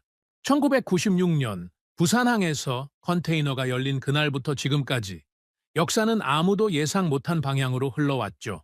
러시아는 빚을 갚으려고 상자를 열었습니다. 그 안에는 제국의 유산이 들어있었죠. 한국은 그 유산을 받아서 자기 것으로 만들었습니다. 배우고 발전시키고 더 나은 것을 창조했습니다. 그리고 이제 그 결과물이 세계 무대에서 팔리고 있습니다. 러시아를 막기 위해 러시아 기술을 흡수한 한국 무기가 동유럽으로 향하고 있죠.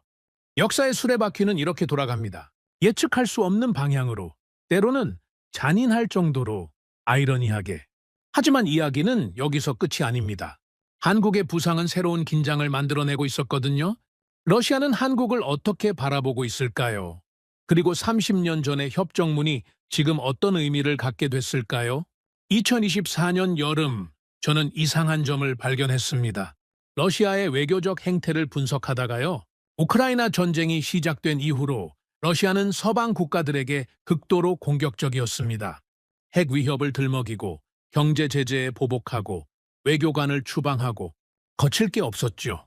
그런데 한국에 대해서는 태도가 달랐습니다. 물론 러시아는 한국을 비우호국으로 분류했습니다. 2022년 3월의 일이죠. 한국이 테러 제재에 동참했으니 당연한 조치였습니다. 이후에도 한국이 추가 제재를 발표할 때마다 러시아는 공개적으로 반발했죠. 비우호적이다, 대응하겠다, 그런 말들이 나왔습니다. 하지만 저는 말이 아니라 선을 주목했습니다. 러시아는 서방을 향해서는 선을 넘는 방식으로 흔들어 왔습니다. 가스관을 끊고 곡물 수출을 막고 핵 배치를 언급하고 실제 행동으로 압박했죠. 그런데 한국을 향해서는 계산된 선에서 멈추는 순간이 반복됐습니다. 으르렁대기는 해도 실제로 물지는 않았죠. 왜일까요? 저는 그 이유를 파헤치기 시작했습니다. 단서는 의외의 곳에서 나왔습니다.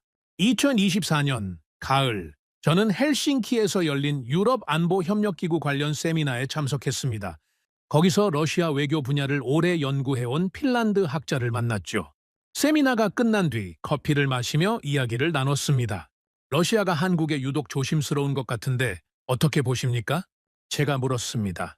흥미로운 관찰이시네요. 저도 비슷한 생각을 했습니다. 그가 대답했습니다. 이유가 뭘까요? 여러 해석이 있죠. 그중 하나가 불곰 사업입니다. 불곰 사업이요? 1990년대에 러시아가 한국에 무기를 넘긴 사건 아시죠? 그때 체결된 협정이 있다고 합니다. 저는 귀가 솔깃해졌습니다. 불곰 사업의 법적 측면은 제가 깊이 파보지 않은 영역이었거든요. 어떤 협정인데요? 군사기술 협력 협정이라고 하더군요. 한국 언론 보도에 따르면 그 안에 제3국 이전 조항이 있다고 합니다. 제3국 이전이요? 도입한 장비나 관련 기술을 제3국으로 이전할 때는 상대국과 협의해야 한다는 취지의 조항이요. 실제로 한국 언론에서 해당 조항을 구체적으로 인용한 보도가 있었습니다. 저는 그 이야기를 듣고 더 조사해 봤습니다. 확인해 보니 실제로 한국 언론에 관련 보도가 있었습니다. 2022년 우크라이나 전쟁이 시작된 직후 한국 정부의 딜레마를 다룬 기사였죠. 불곰 사업 당시 체결된 협정에 제3국 이전 관련 조항이 있다는 내용이 언급되어 있었습니다. 흥미로운 지점이었습니다. 30년 전에 만들어진 협정문이 지금 와서 외교적 의미를 갖게 됐다니요. 물론 이 협정문이 실제로 어떤 법적 효력을 갖는지는 전문가들 사이에서도 의견이 분분합니다. 30년이 지났고 상황이 완전히 달라졌으니까요. 하지만 법적 효력과 별개로 외교적 프레임으로 활용될 여지는 충분했습니다. 2024년 말 저는 브뤼셀에서 열린 나토 방산 분석가 모임에 참석했습니다. 거기서 미국 국방부 출신의 전문가와 이 문제를 논의할 기회가 있었죠. 불곰 사업 협정문 이야기 들어보셨습니까? 제가 물었습니다. 들어봤죠. 요즘 업계에서 종종 언급되더군요. 어떻게 보십니까? 그가 잠시 생각하더니 대답했습니다. 법적으로는 애매한 부분이 많아요. 30년 전 협정이 지금 상황에 그대로 적용될 수 있는지, 기술 이전의 범위를 어디까지로 볼 것인지 논쟁의 여지가 크죠. 그럼 실질적인 의미가 없다는 건가요? 법적으로는요? 하지만 외교적으로는 다른 문제입니다. 그가 목소리를 낮췄습니다. 러시아 입장에서 생각해 보세요. 한국이 우크라이나에 직접 무기를 지원하면 전쟁 양상이 달라질 수 있어요. 포탄 생산 능력만 봐도 어마어마하잖아요. 그걸 막고 싶으면 뭐라도 카드를 만들어야 하죠. 협정문이 그 카드가 될 수 있다는 거군요. 가능성이죠. 법적으로 완벽하지 않아도 외교적 부담을 주는 데는 효과가 있을 수 있으니까요. 물론 실제로 그렇게 활용하고 있는지는 확인할 방법이 없습니다. 하지만 그런 분석이 존재한다는 건 사실이에요. 저는 그 대화 이후로 다른 각도에서도 생각해 봤습니다. 협정문만으로 러시아가 한국에 조심스러운 태도를 취한다고 보기는 어려웠습니다. 더 큰 그림이 있을 거라는 생각이 들었죠. 2025년 초 저는 빈에서 열린 국제전략문제연구소 세미나에 참석했습니다. 러시아 중국 관계를 주제로 한 패널 토론이 있었죠. 토론이 끝난 뒤 한 발표자와 이야기를 나눌 기회가 있었습니다. 러시아 외교 정책을 전문적으로 연구하는 영국인 학자였습니다. 러시아가 한국에 절제하는 이유에 대해 여러 해석이 있던데요. 어떻게 보십니까? 제가 물었습니다. 저는 3가지 가설을 생각해 봤습니다. 그가 대답했습니다. 첫째, 한국의 생산 능력입니다. 한국이 마음먹고 우크라이나를 지원하면 전쟁 양상이 달라질 수 있어요. 러시아는 그걸 원하지 않죠. 자극하지 않는 게 상책이에요. 둘째는요, 공급망 문제입니다. 전쟁이 장기화되면서 러시아도 물자가 부족해요. 공식적으로는 적대 관계지만 제3국을 통한 우회 거래 가능성을 완전히 닫고 싶지 않을 수 있죠. 물론 이건 추측의 영역입니다. 셋째는요, 전쟁 이후를 생각해 보세요. 그가 말했습니다. 우크라이나 전쟁이 어떻게 끝나든 러시아는 서방과의 관계가 크게 손상될 거예요. 유럽 시장은 닫히고 기술 제재는 계속될 거고요. 러시아는 새로운 파트너가 필요합니다. 중국이 있지 않습니까? 그가 고개를 저었습니다. 중국 의존도가 높아지는 건 러시아에게도 부담이에요. 균형추가 필요하죠. 한국은 그 후보 중 하나가 될 수 있습니다. 지금 적대적인 관계인데요. 외교는 영원한 적도 영원한 친구도 없는 거예요. 국익이 최우선이죠. 러시아가 한국을 완전한 적으로 만들지 않으려는 이유 중 하나가 이거일 수 있어요. 미래의 가능성을 열어두는 거죠. 물론 이건 모두 분석과 해석의 영역입니다. 러시아가 실제로 어떤 계산을 하고 있는지는 크렘린 안에 있는 사람들만 알겠죠. 하지만 여러 전문가들의 의견을 종합해보면 한 가지는 분명해 보였습니다. 러시아가 한국을 함부로 자극하기엔 변수가 너무 많아졌다는 것. 생산 능력, 기술력, 국제적 위상, 한국은 더 이상 무시할 수 있는 상대가 아니었습니다. 2025년 봄, 저는 베를린에서 러시아 출신 동료 분석가와 저녁을 먹었습니다. 그도 소련 시절 군사 분야에서 일했던 사람이었죠. 한국에 대한 모스크바의 시각이 어떻습니까? 제가 물었습니다. 그가 와인을 홀짝이며 대답했습니다. 복잡해요. 한마디로 정리하기 어렵죠. 그래도 대략적인 분위기가 있지 않습니까? 있죠. 그가 잠시 생각하더니 말했습니다. 인정하기 싫지만 의식하고 있다. 그 정도일 거예요? 의식한다고요? 한국의 방산 성장을 무시할 수가 없거든요. 폴란드 계약 보셨잖아요? 1000대 규모의 전차 수출이에요. 그게 쉬운 일입니까? 그가 고개를 저었습니다. 일부에서는 불곰 사업을 떠올리기도 하죠. 우리가 빚 대신 넘긴 장비들, 그걸 한국이 연구했잖아요. 그 경험이 한국 방산 발전에 어느 정도 영향을 줬을 거라는 분석이 있어요. 어느 정도라고 보십니까? 정확히는 모르죠. 직접적으로 기술이 이전됐다고 보기는 어려워요. 하지만 러시아 장비를 분석한 경험이 설계 판단이나 요구 성능 설정에 참고가 됐을 가능성은 있죠. 상대를 알아야 더 좋은 걸 만들 수 있으니까요. 그가 와인잔을 내려놓았습니다. 어쨌든 결과는 분명해요. 30년 전에 우리가 대수롭지 않게 여겼던 나라가 지금은 세계 방산 시장의 주요 플레이어가 됐습니다. 그걸 부정할 수는 없죠. 저는 그에게 한 가지 더 물어봤습니다. 러시아 내부에서 후회하는 목소리가 있습니까? 불곰 사업에 대해서요. 그가 한참 동안 말이 없었습니다. 후회라고 해야 할지 모르겠네요. 그가 천천히 말했습니다. 그때는 선택의 여지가 없었어요. 나라가 망하기 직전이었으니까요. 빚을 갚으려면 뭐라도 해야 했죠. 무기를 넘긴 건 그 상황에서 나온 결정이었어요. 지금 돌아보면요. 만약 그때 다른 선택을 했더라면 어땠을까? 그런 생각은 하죠. 하지만 역사에 만약은 없잖아요. 그가 저를 바라봤습니다. 한 가지는 확실해요. 기술은 가만히 있으면 죽어요. 발전시켜야 살아요? 우리는 30년간 투자를 못했고 한국은 30년간 발전했어요. 결과가 이거예요. 불곰 사업 때문이라기보다는 그 이후의 선택들이 차이를 만든 거죠. 그가 와인을 마저 마셨습니다. 한국은 기회를 잡았고 우리는 놓쳤어요. 그게 핵심이에요. 저는 집으로 돌아오는 길에 많은 생각을 했습니다. 불곰 사업이 시작된 지 거의 30년이 됐습니다. 그 사이에 세상은 완전히 바뀌었죠. 러시아는 빚을 갚으려고 무기를 넘겼습니다. 당시에는 대수롭지 않게 생각했죠. 한국이 그걸 가지고 뭘 하겠어. 한국은 그 장비들을 연구하고 분석했습니다. 러시아 설계의 장단점을 파악했죠. 그 경험이 한국 방산 발전에 어느 정도 기여했을 거라는 게 많은 전문가들의 분석입니다. 물론 한국의 성공은 그것만으로 설명되지 않습니다. 수십 년간의 투자, 기술 개발, 인력 양성이 있었죠. 불곰 사업은 그 여정의 한 부분이었을 뿐입니다. 하지만 상징적인 의미는 분명히 있습니다. 빚을 갚으려고 열었던 상자가 30년 뒤에 경쟁자를 키우는 씨앗이 됐다는 거죠. 이제 러시아는 한국을 의식합니다. 비우호국으로 분류하면서도 실제로는 조심스러운 태도를 보이죠. 협정문을 외교적 프레임으로 활용할 가능성도 거론됩니다. 미래의 관계 가능성을 열어두려는 계산이 있을 수도 있고요.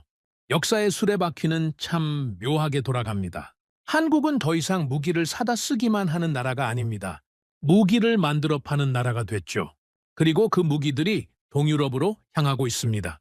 러시아의 위협에 대응하기 위해서요. 저는 이 역설을 어떻게 받아들여야 할지 아직도 생각 중입니다. 러시아 출신으로서 씁쓸하기도 하고 분석가로서 감탄하기도 하죠. 하지만 한 가지는 확실합니다. 한국은 주어진 기회를 최대한 활용했어요. 배움을 혁신으로 이어갔죠. 고통스러운 과정을 거쳐 자기 것으로 만들었습니다. 역사는 노력하는 자의 편입니다.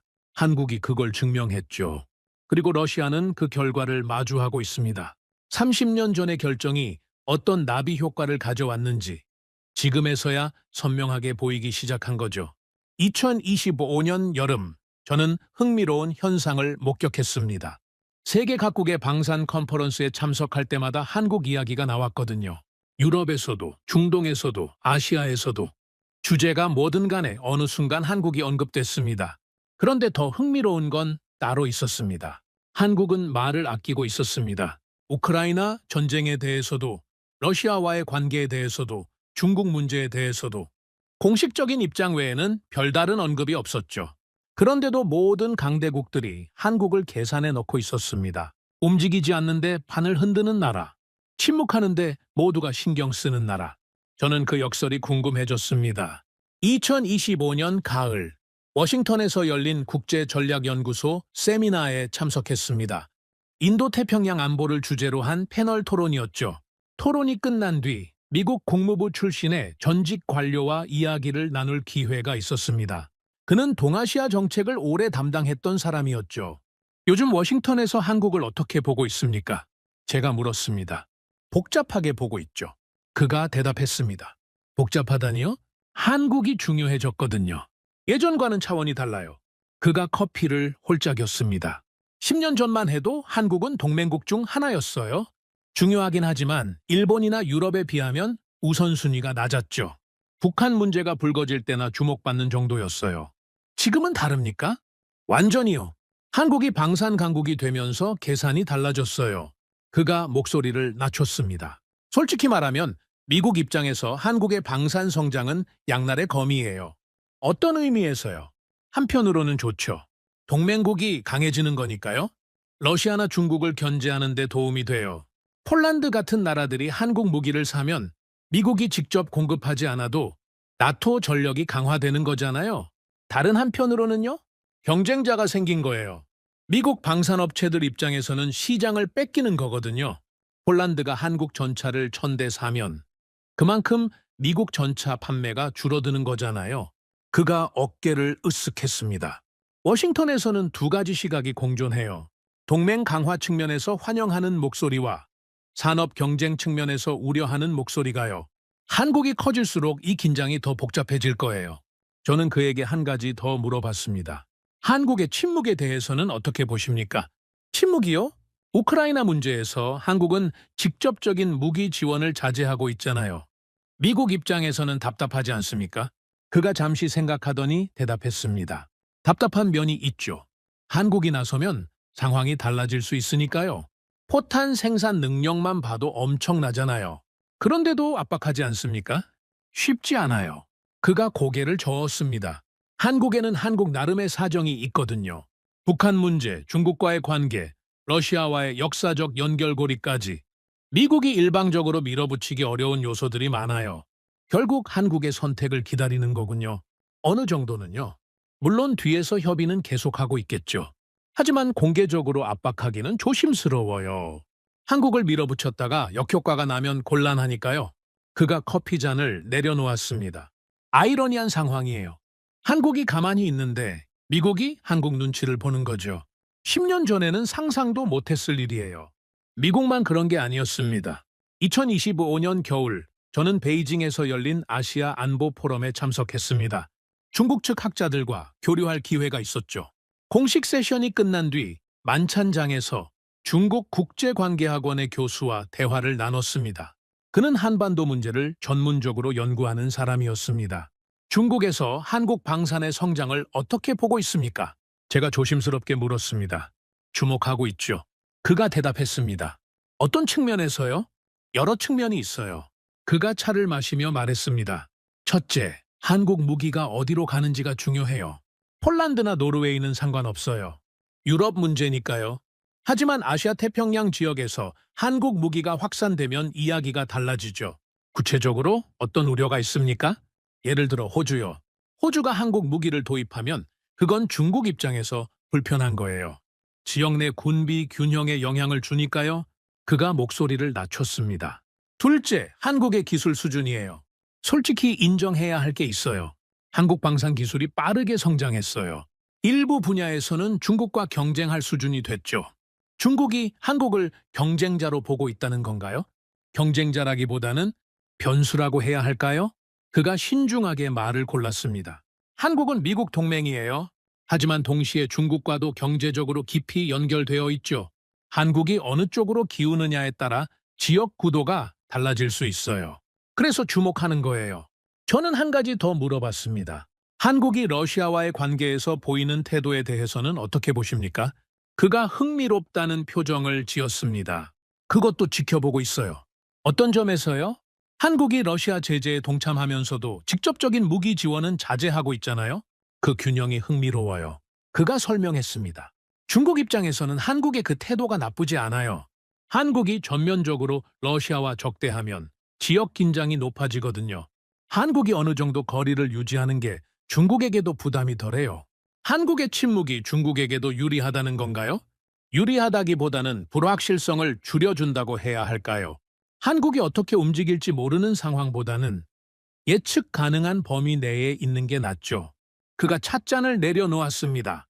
결국 한국은 강대국들 사이에서 독특한 위치를 차지하고 있어요. 완전히 한쪽에 서지 않으면서 모든 쪽에 영향을 미치는 거죠. 의도한 건지 아닌지는 모르겠지만 결과적으로 그렇게 되고 있어요. 유럽에서도 비슷한 이야기를 들었습니다. 위넨 안보회의에 참석했을 때였습니다. 독일 국방부 출신의 전문가와 대화를 나눴죠. 유럽에서 한국을 어떻게 보고 있습니까? 제가 물었습니다. 구원자이자 경쟁자요. 그가 웃으며 대답했습니다. 구원자라니요? 우크라이나 전쟁이 터지고 나서 유럽이 급하게 재무장을 시작했잖아요. 그런데 유럽 방산업체들은 생산 능력이 부족했어요. 평화의 시대에 생산 라인을 줄여놨거든요. 그가 설명했습니다. 그때 한국이 나타난 거예요. 빠른 납기, 합리적인 가격, 검증된 품질. 폴란드가 한국을 선택한 이유가 다 있어요. 한국이 아니었으면 폴란드는 몇 년을 더 기다려야 했을 거예요. 그런데 경쟁자라고도 하셨잖아요? 그렇죠. 한국이 유럽 시장에서 점유율을 높이면 독일이나 프랑스 업체들은 그만큼 잃는 거예요. 러파르트 대신 K2가 팔리면 라인메탈이 손해를 보는 거잖아요. 그가 어깨를 으쓱했습니다. 유럽 방산업계에서는 한국에 대한 감정이 복잡해요. 고맙기도 하고 경계하기도 하고 양면적인 거죠. 저는 그에게 한 가지 더 물어봤습니다. 한국의 전략적 태도에 대해서는 어떻게 보십니까? 우크라이나 문제에서 직접 지원을 자제하는 건 말이에요. 이해해요. 그가 대답했습니다. 유럽 입장에서는 한국이 더 적극적으로 나서주면 좋겠죠. 하지만 한국에게 강요할 수는 없어요. 왜요? 한국은 북한과 대치하고 있잖아요. 자기네 안보가 우선이에요? 우크라이나에 무기를 보내다가 정작 자기네가 위험해지면 안 되니까요. 그가 고개를 끄덕였습니다. 그리고 솔직히 한국이 직접 지원하지 않아도 간접적으로는 돕고 있어요. 폴란드에 무기를 팔면 폴란드가 자기네 구형 장비를 우크라이나에 넘길 수 있거든요. 우회적이지만 효과는 있죠. 결국 한국은 직접 나서지 않으면서도 영향을 미치고 있는 거군요. 그렇죠. 그게 한국의 강점인 것 같아요. 전면에 나서지 않으면서도 게임에 참여하는 거예요. 침묵하지만 존재감은 있는 거죠. 여러 나라의 전문가들과 대화를 나누면서 저는 패턴을 발견했습니다. 미국은 한국이 더 적극적으로 나서주길 바라면서도 밀어붙이기는 조심스러워했습니다. 중국은 한국의 성장을 경계하면서도 한국이 어느 정도 중립을 유지하는 게 나았습니다. 러시아는 한국을 비우호국으로 분류했지만 실제로는 자극하지 않으려 했습니다. 유럽은 한국의 도움이 필요하면서도 경쟁자로 부상하는 것을 경계했습니다. 모든 강대국들이 한국을 계산에 넣고 있었습니다. 그리고 모두가 한국의 다음 행보를 주시하고 있었죠. 그런데 정작 한국은 움직이지 않았습니다. 공식적인 입장만 밝히고 구체적인 행동은 유보했습니다. 이쪽에도 저쪽에도 완전히 서지 않았죠. 처음에는 그게 소극적인 태도라고 생각했습니다. 결정을 미루는 거라고요. 하지만 대화를 거듭할수록 다른 해석이 떠올랐습니다. 어쩌면 침묵 자체가 전략일 수 있다는 거였습니다. 저는 서울을 다시 방문했습니다. 한국 외교안보 분야의 전직 관료를 만날 기회가 있었죠. 한국이 침묵하는 이유가 뭡니까? 제가 단도직입적으로 물었습니다. 그가 빙그레 웃었습니다. 침묵이라고 보십니까? 그렇게 보이거든요. 모든 강대국들이 한국을 주목하는데 한국은 말을 아끼고 있잖아요. 그게 답일 수도 있어요. 그가 말했습니다. 무슨 뜻이죠? 생각해보세요. 한국이 어느 한쪽에 확실히 서면 어떻게 될까요?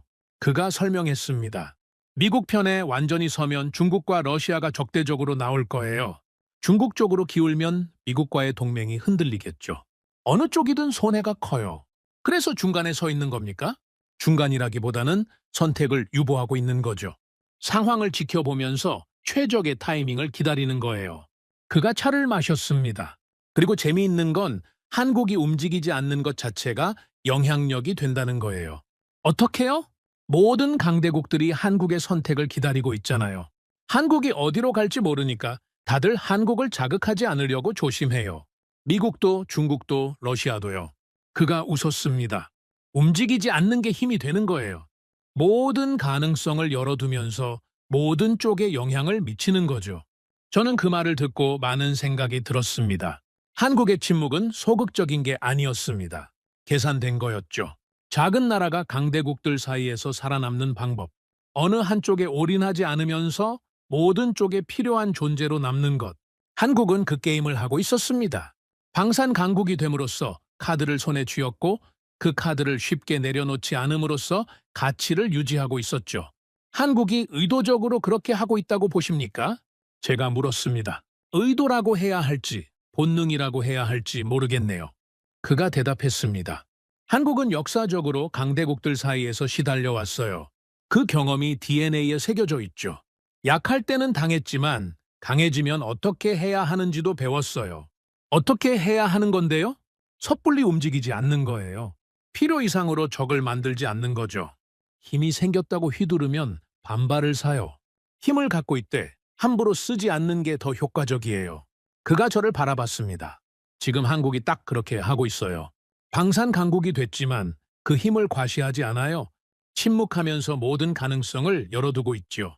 결과적으로 모든 강대국들이 한국을 의식하게 됐어요. 서울을 떠나는 비행기 안에서 저는 정리해봤습니다. 30년 전 한국은 러시아에 빚을 주고 무기를 받았습니다. 그때는 약한 나라였죠. 강대국의 처분을 받아들여야 하는 위치였습니다. 30년 뒤 상황이 완전히 뒤집혔습니다. 이제는 강대국들이 한국을 의식합니다. 미국도 중국도 러시아도 유럽도 모두가 한국의 선택을 주목하고 있죠. 한국은 그 주목 속에서 침묵을 유지하고 있습니다. 움직이지 않으면서 영향력을 행사하고 있죠. 이건 약자의 침묵이 아닙니다. 강자의 침묵이에요. 카드를 손에 쥔 자가 기다리는 겁니다. 최적의 순간에 최적의 선택을 하기 위해서요. 불곰 사업으로 시작된 여정이 여기까지 왔습니다. 빚쟁이 나라에서 강대국들이 눈치 보는 나라로 역사의 수레바퀴는 정말 묘하게 돌아갑니다. 저는 파리에서 열린 유로사토리 방산 박람회에 참석했습니다. 세계 최대 규모의 지상 방산 전시회였죠. 전 세계 방산업체들이 모여 최신 장비를 선보이는 자리입니다. 저는 분석가로서 거의 매년 참석해 왔습니다. 그런데 그해 박람회에서 이상한 장면을 목격했습니다. 한국관 앞에 긴 줄이 늘어서 있었거든요. 각국 군 관계자들, 방산 바이어들이 한국 부스를 보려고 기다리고 있었습니다. K2 전차, K9 자주포, 천공 미사일이 전시되어 있었죠. 그건 예상할 수 있는 일이었습니다. 한국 방산이 뜨고 있으니까요. 하지만 정말 놀라운 건 따로 있었습니다. 줄을 서 있던 젊은 폴란드 장교가 스마트폰으로 한국 드라마를 보고 있었거든요. 자막 없이요. 저는 호기심이 생겨서 그에게 말을 걸었습니다. 한국어를 하십니까? 그가 고개를 들었습니다. 조금요. 드라마 보면서 배웠습니다. 한국 드라마를 즐겨보시나 봐요. 네. 군입대 전부터 봤어요. 오징어 게임으로 시작해서 지금은 거의 다 봅니다. 그가 웃었습니다. K2 전차 보러 왔는데 한국 문화는 이미 잘 알고 있어요. 이상하죠? 저는 이상하다고 생각하지 않았습니다. 오히려 뭔가 깨닫기 시작했죠. 전차를 사기 전에 이미 한국을 좋아하게 됐다는 건가요? 그렇죠. BTS도 좋아하고 한국 영화도 좋아해요. 한국이라는 나라에 대한 이미지가 좋아요. 그래서 한국 무기에 대한 신뢰도 자연스럽게 생기는 것 같아요. 그가 전 시장을 바라보며 말했습니다. 독일 무기는 좋지만 차갑게 느껴져요. 미국 무기는 강하지만 부담스럽고요. 한국 무기는 뭐랄까 친근하면서도 믿음직해요. 이상한 표현인가요? 저는 고개를 저었습니다. 아니요. 충분히 이해합니다. 그 대화 이후로 저는 박람회장을 돌아다니며 비슷한 패턴을 관찰했습니다. 한국관을 찾는 사람들 중 상당수가 한국 문화에 대해 어느 정도 알고 있었습니다. K-팝을 들어본 적 있거나 한국 드라마를 본 적 있거나 한국 음식을 먹어본 적 있거나 무기를 사러 온 사람들이 이미 한국에 대한 호감을 갖고 있었던 거죠. 저녁에 열린 리셉션에서 프랑스 방산 컨설턴트와 이야기를 나눴습니다. 한국관이 인기 있던데요. 제가 말했습니다. 올해 특히 그렇죠. 그런데 재밌는 현상이 있어요. 뭔가요? 바이어들이 한국에 대해 이미 알고 온다는 거예요. 그가 샴페인을 홀짝이며 말했습니다. 예전에는 한국 방산업체가 자기 소개부터 해야 했어요. 한국이 어떤 나라인지, 어떤 기술력을 갖고 있는지, 왜 믿을 수 있는지 처음부터 설명해야 했죠. 지금은 다릅니까? 완전히요. 바이어들이 이미 한국을 알아요. K-pop, 한국 영화, 삼성, 현대, 한국이라는 브랜드가 형성되어 있죠. 방산업체들은 그 위에서 시작해요. 신뢰의 기반이 이미 깔려 있는 거예요. 그가 고개를 끄덕였습니다. 문화가 방산을 돕고 있어요. 이런 경우는 처음 봐요. 저는 그 현상에 대해 더 알고 싶어졌습니다. 서울을 방문했을 때 한국 방산업체의 해외 마케팅 담당자를 만날 기회가 있었습니다. 그는 10년 넘게 수출 업무를 담당해온 베테랑이었죠. 한국 문화가 방산 수출에 도움이 됩니까? 제가 물었습니다. 엄청나게요. 그가 단호하게 대답했습니다. 어떤 식으로요? 10년 전만 해도 해외 바이어를 만나면 한국이 어디 있는지부터 설명해야 했어요. 북한 옆에 있는 나라, 삼성이 있는 나라, 그 정도였죠. 한국에 대한 이미지가 거의 없었어요. 그가 커피를 마시며 계속했습니다. 지금은 달라요. 바이어들이 한국을 알고 와요. BTS 콘서트에 갔다거나, 오징어 게임을 봤다거나, 한국 치킨을 먹어봤다거나, 한국에 대한 호감이 이미 있는 상태에서 미팅이 시작돼요. 그게 무기 판매에 영향을 줍니까? 직접적으로요? 그가 몸을 앞으로 기울였습니다. 무기 구매는 기술적 판단만으로 이루어지지 않아요. 국가 간 신뢰가 중요해요. 이 나라가 약속을 지킬까? 부품 공급을 계속할까? 문제가 생기면 대응해줄까? 그런 신뢰가 있어야 계약이 성사돼요. 한국 문화가 그 신뢰를 만들어준다는 건가요? 네. K-팝이나 드라마가 한국을 친근하게 만들어줘요. 낯선 나라가 아니라 이미 아는 나라, 좋아하는 나라가 되는 거죠. 그 기반 위에서 방산 비즈니스가 훨씬 수월해져요. 그가 재미있는 에피소드를 들려줬습니다. 작년에 중동 국가와 협상할 때 있었던 일이에요. 어떤 일이요? 협상이 좀 길어지고 있었어요. 기술적인 부분은 다 합의했는데 마지막 가격 조율에서 팽팽했죠. 분위기가 좀 경직되어 있었어요. 그가 웃었습니다. 그때 상대 측 협상단장의 아들이 BTS 팬이라는 얘기가 나왔어요. 저희 쪽 누군가가 그 얘기를 듣고 BTS 사인 앨범을 구해서 선물했죠. 효과가 있었습니까? 다음날 분위기가 완전히 달라졌어요. 협상이 훨씬 부드럽게 진행됐죠. 물론 그것만으로 계약이 된 건 아니에요. 하지만 분위기를 바꾸는데 확실히 도움이 됐어요. 그가 고개를 저었습니다. 10년 전에는 상상도 못했을 일이에요. BTS 앨범으로 무기 협상 분위기를 바꾸다니요. 저는 웃음이 났습니다. 하지만 그게 단순한 해프닝이 아니라는 걸 알았죠. 저는 더 큰 그림을 보기 시작했습니다. 한국이 가진 건 방산 기술만이 아니었습니다. 하드파워와 소프트파워가 결합되어 있었죠. 하드파워, 전차, 자주포, 미사일, 전투기, 세계 수준의 무기를 빠르게 대량 생산할 수 있는 능력. 소프트파워, K-팝, 드라마, 영화, 음식. 전 세계 사람들의 마음을 사로잡는 문화적 매력. 이 두 가지가 따로 노는 게 아니었습니다. 서로를 강화하고 있었죠. 문화가 한국의 이미지를 만들고 그 이미지가 방산 수출의 신뢰 기반이 되고 방산 수출의 성공이 다시 한국의 국가 브랜드를 높이고 선순환이었습니다. 런던에서 열린 국제전략문제연구소 세미나에서 영국인 안보 전문가와 이 주제로 이야기를 나눴습니다. 한국의 하드파워와 소프트파워 결합에 대해 어떻게 보십니까? 제가 물었습니다. 유래를 찾기 어려운 케이스예요. 그가 대답했습니다. 어떤 의미에서요? 보통 방산 강국과 문화 강국은 일치하지 않거든요. 그가 설명했습니다. 미국은 둘 다 강하지만 미국 문화는 호불호가 갈려요. 할리우드를 좋아하는 사람도 있지만 미국식 가치관을 경계하는 사람도 많죠. 러시아는 군사 강국이지만 문화적 매력은 제한적이에요. 중국도 마찬가지고요. 한국은 다르다는 건가요? 한국 문화는 비위협적이에요. K-팝이나 드라마가 정치적 메시지를 강요하지 않거든요. 그냥 즐기면 돼요. 그래서 전 세계적으로 거부감 없이 받아들여지죠. 그가 고개를 끄덕였습니다. 그 문화적 호감이 무기 수출에까지 영향을 미치는 거예요? 한국 무기를 사면 문화적으로 거부감이 없어요. 미국 무기를 사면 정치적 함의가 따라오고 중국 무기를 사면 이미지 문제가 있지만 한국 무기는 그런 부담이 없죠. 무기인데 부담이 없다는 게 가능한가요? 한국이 그걸 해낸 거예요. 무기를 팔면서도 적을 만들지 않는 나라. 그게 한국의 독특한 위치예요. 저는 그 대화를 통해 한국의 전략적 가치를 새롭게 이해하게 됐습니다. 한국은 단순한 방산 수출국이 아니었습니다. 하드파워와 소프트파워를 동시에 보유한 세계에서 몇 안 되는 나라였죠. 그리고 그 두 가지가 시너지를 내고 있었습니다. 폴란드 병사가 K2 전차를 운용할 때 그는 이미 한국 드라마를 본 적 있는 사람일 가능성이 높습니다. 중동 조종사가 FA-50을 몰 때 그는 이미 BTS를 알고 있을 수 있죠. 무기를 쓰는 사람이 이미 한국 문화를 아는 상태. 이건 다른 방산 강국들이 갖지 못한 장점이었습니다.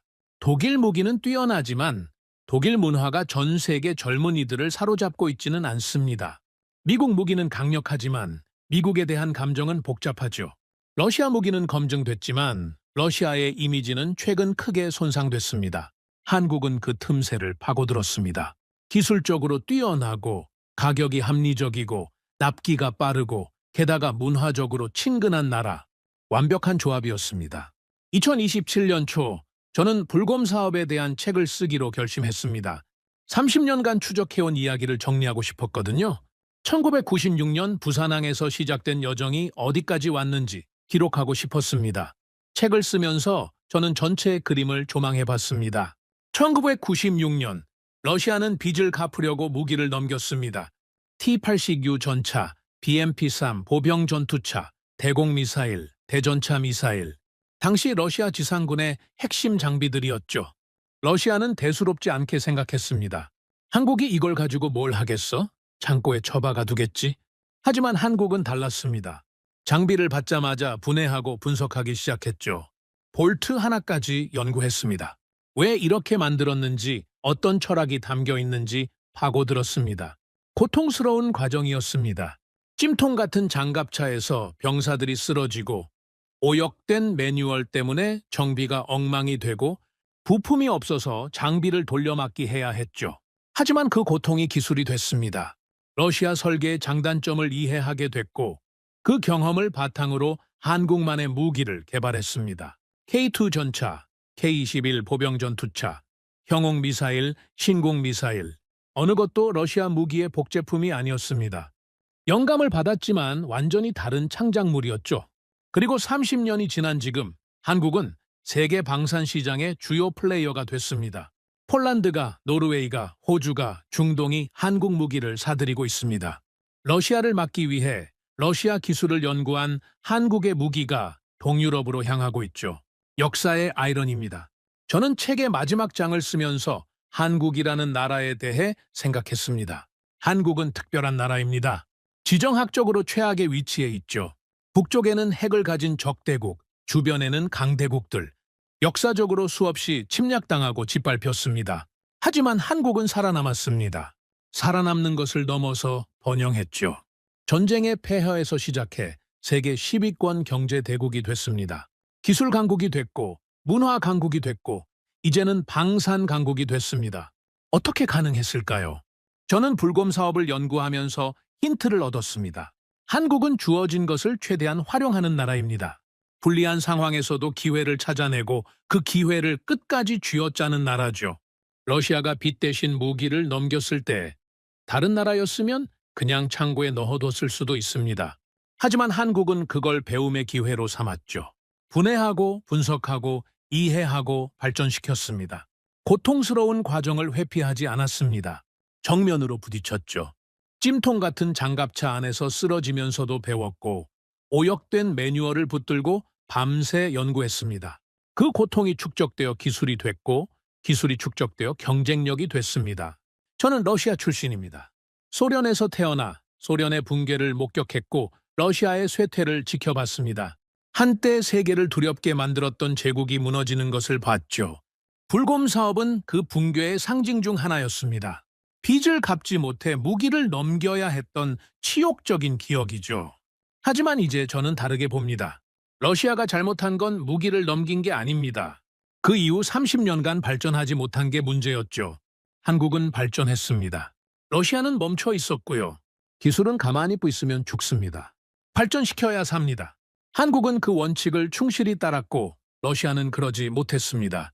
결과는 명확합니다. 30년 전 빚쟁이였던 나라가 이제 채권자의 기술을 넘어섰습니다. 스승이 제자에게 추월당한 거죠. 씁쓸하지만 인정해야 합니다. 한국이 잘한 거예요. 러시아가 못한 거고요. 책의 마지막 문장을 쓸 때 저는 오래 고민했습니다. 이 30년의 여정을 어떻게 정리해야 할까? 어떤 말로 끝맺어야 할까? 결국 이렇게 썼습니다. 1996년 러시아는 빚을 갚으려다 미래를 팔았다. 한국은 그 미래를 사서 자기 것으로 만들었다. 분해하고 이해하고 다시 만들었다. 고통을 기술로 바꾸고 배움을 혁신으로 이어갔다. 불곰 사업은 거래가 아니었다. 분기점이었다.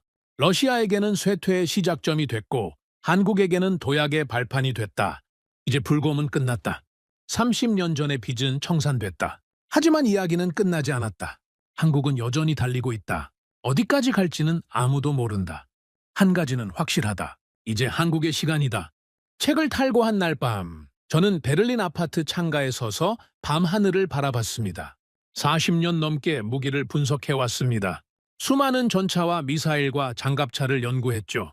하지만 불곰 사업만큼 오래 마음에 남는 주제는 없었습니다. 단순한 무기 거래가 아니었거든요. 두 나라의 운명이 교차한 순간이었습니다. 한쪽은 내리막을 걷고 다른 쪽은 오르막을 시작한 분기점이었죠. 저는 러시아 출신이지만 한국에 박수를 보냅니다. 주어진 것을 최대한 활용하는 나라, 고통을 회피하지 않고 정면으로 부딪히는 나라, 배움을 멈추지 않는 나라, 그런 나라는 이깁니다. 역사가 그걸 증명해왔죠. 불곰은 끝났습니다. 이제 한국의 시간입니다. 가끔 사람들이 제게 묻습니다. 러시아 출신인데 한국 이야기를 왜 이렇게 오래 추적하느냐고요? 대답은 간단합니다. 배울 게 있기 때문입니다. 저는 제국의 붕괴를 목격한 세대입니다. 소련이라는 거대한 체제가 무너지는 걸 두 눈으로 봤죠. 한때 세계를 호령하던 나라가 빚을 갚지 못해 무기를 넘겨야 했던 순간도 기억합니다. 그 치욕스러운 거래의 반대편에 한국이 있었습니다. 당시 한국은 강대국이 아니었습니다. 분단된 반도의 남쪽 절반, 주변 강대국들 사이에 낀 작은 나라였죠. 누가 봐도 약자였습니다. 하지만 30년이 지난 지금 상황이 완전히 뒤집혔습니다. 한국은 세계가 주목하는 나라가 됐습니다. 전차를 만들어 유럽에 팔고 자주포를 수출하고 전투기를 납품합니다. 강대국들이 한국의 눈치를 봅니다. 작은 나라가 거인들 사이에서 당당히 목소리를 내고 있습니다. 어떻게 가능했을까요? 저는 이 질문에 대한 답을 찾아 30년을 헤맸습니다. 러시아 관료들을 만나고 한국 연구원들을 인터뷰하고 서방 전문가들과 토론했습니다. 결론은 의외로 단순했습니다. 한국은 포기하지 않았습니다. 불리한 상황에서도 기회를 찾았고 고통스러운 과정을 회피하지 않았습니다.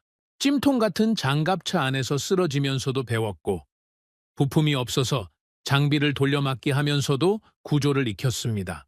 그 끈기가 기술이 됐고 기술이 경쟁력이 됐고 경쟁력이 오늘의 한국을 만들었습니다. 저는 러시아 출신입니다. 고국에 대한 애정이 있죠. 하지만 인정할 건 인정해야 합니다. 한국이 잘한 겁니다. 러시아가 못한 거고요. 역사는 노력하는 자의 편입니다. 멈춰 있으면 뒤처지고 움직이면 앞서갑니다. 한국은 30년간 멈추지 않았습니다. 그 결과가 지금입니다. 불곰 사업은 끝났습니다. 하지만 그 사업이 남긴 교훈은 영원히 남을 겁니다. 주어진 것에서 최선을 뽑아내는 것, 고통을 배움으로 바꾸는 것, 절대 포기하지 않는 것. 한국이 보여준 그 정신을 저는 존경합니다. 오늘의 사연은 여기까지입니다. 구독과 좋아요는 영상 제작에 아주 큰 힘이 됩니다. 지금까지 감동테라스 저는 소희였습니다. 오늘도 우리 구독자님들의 가정에 따뜻한 행복이 가득하시길 진심으로 바라겠습니다. 긴 영상 끝까지 시청해주셔서 정말 감사합니다. 내일 더 좋은 이야기로 찾아뵙겠습니다. 감사합니다.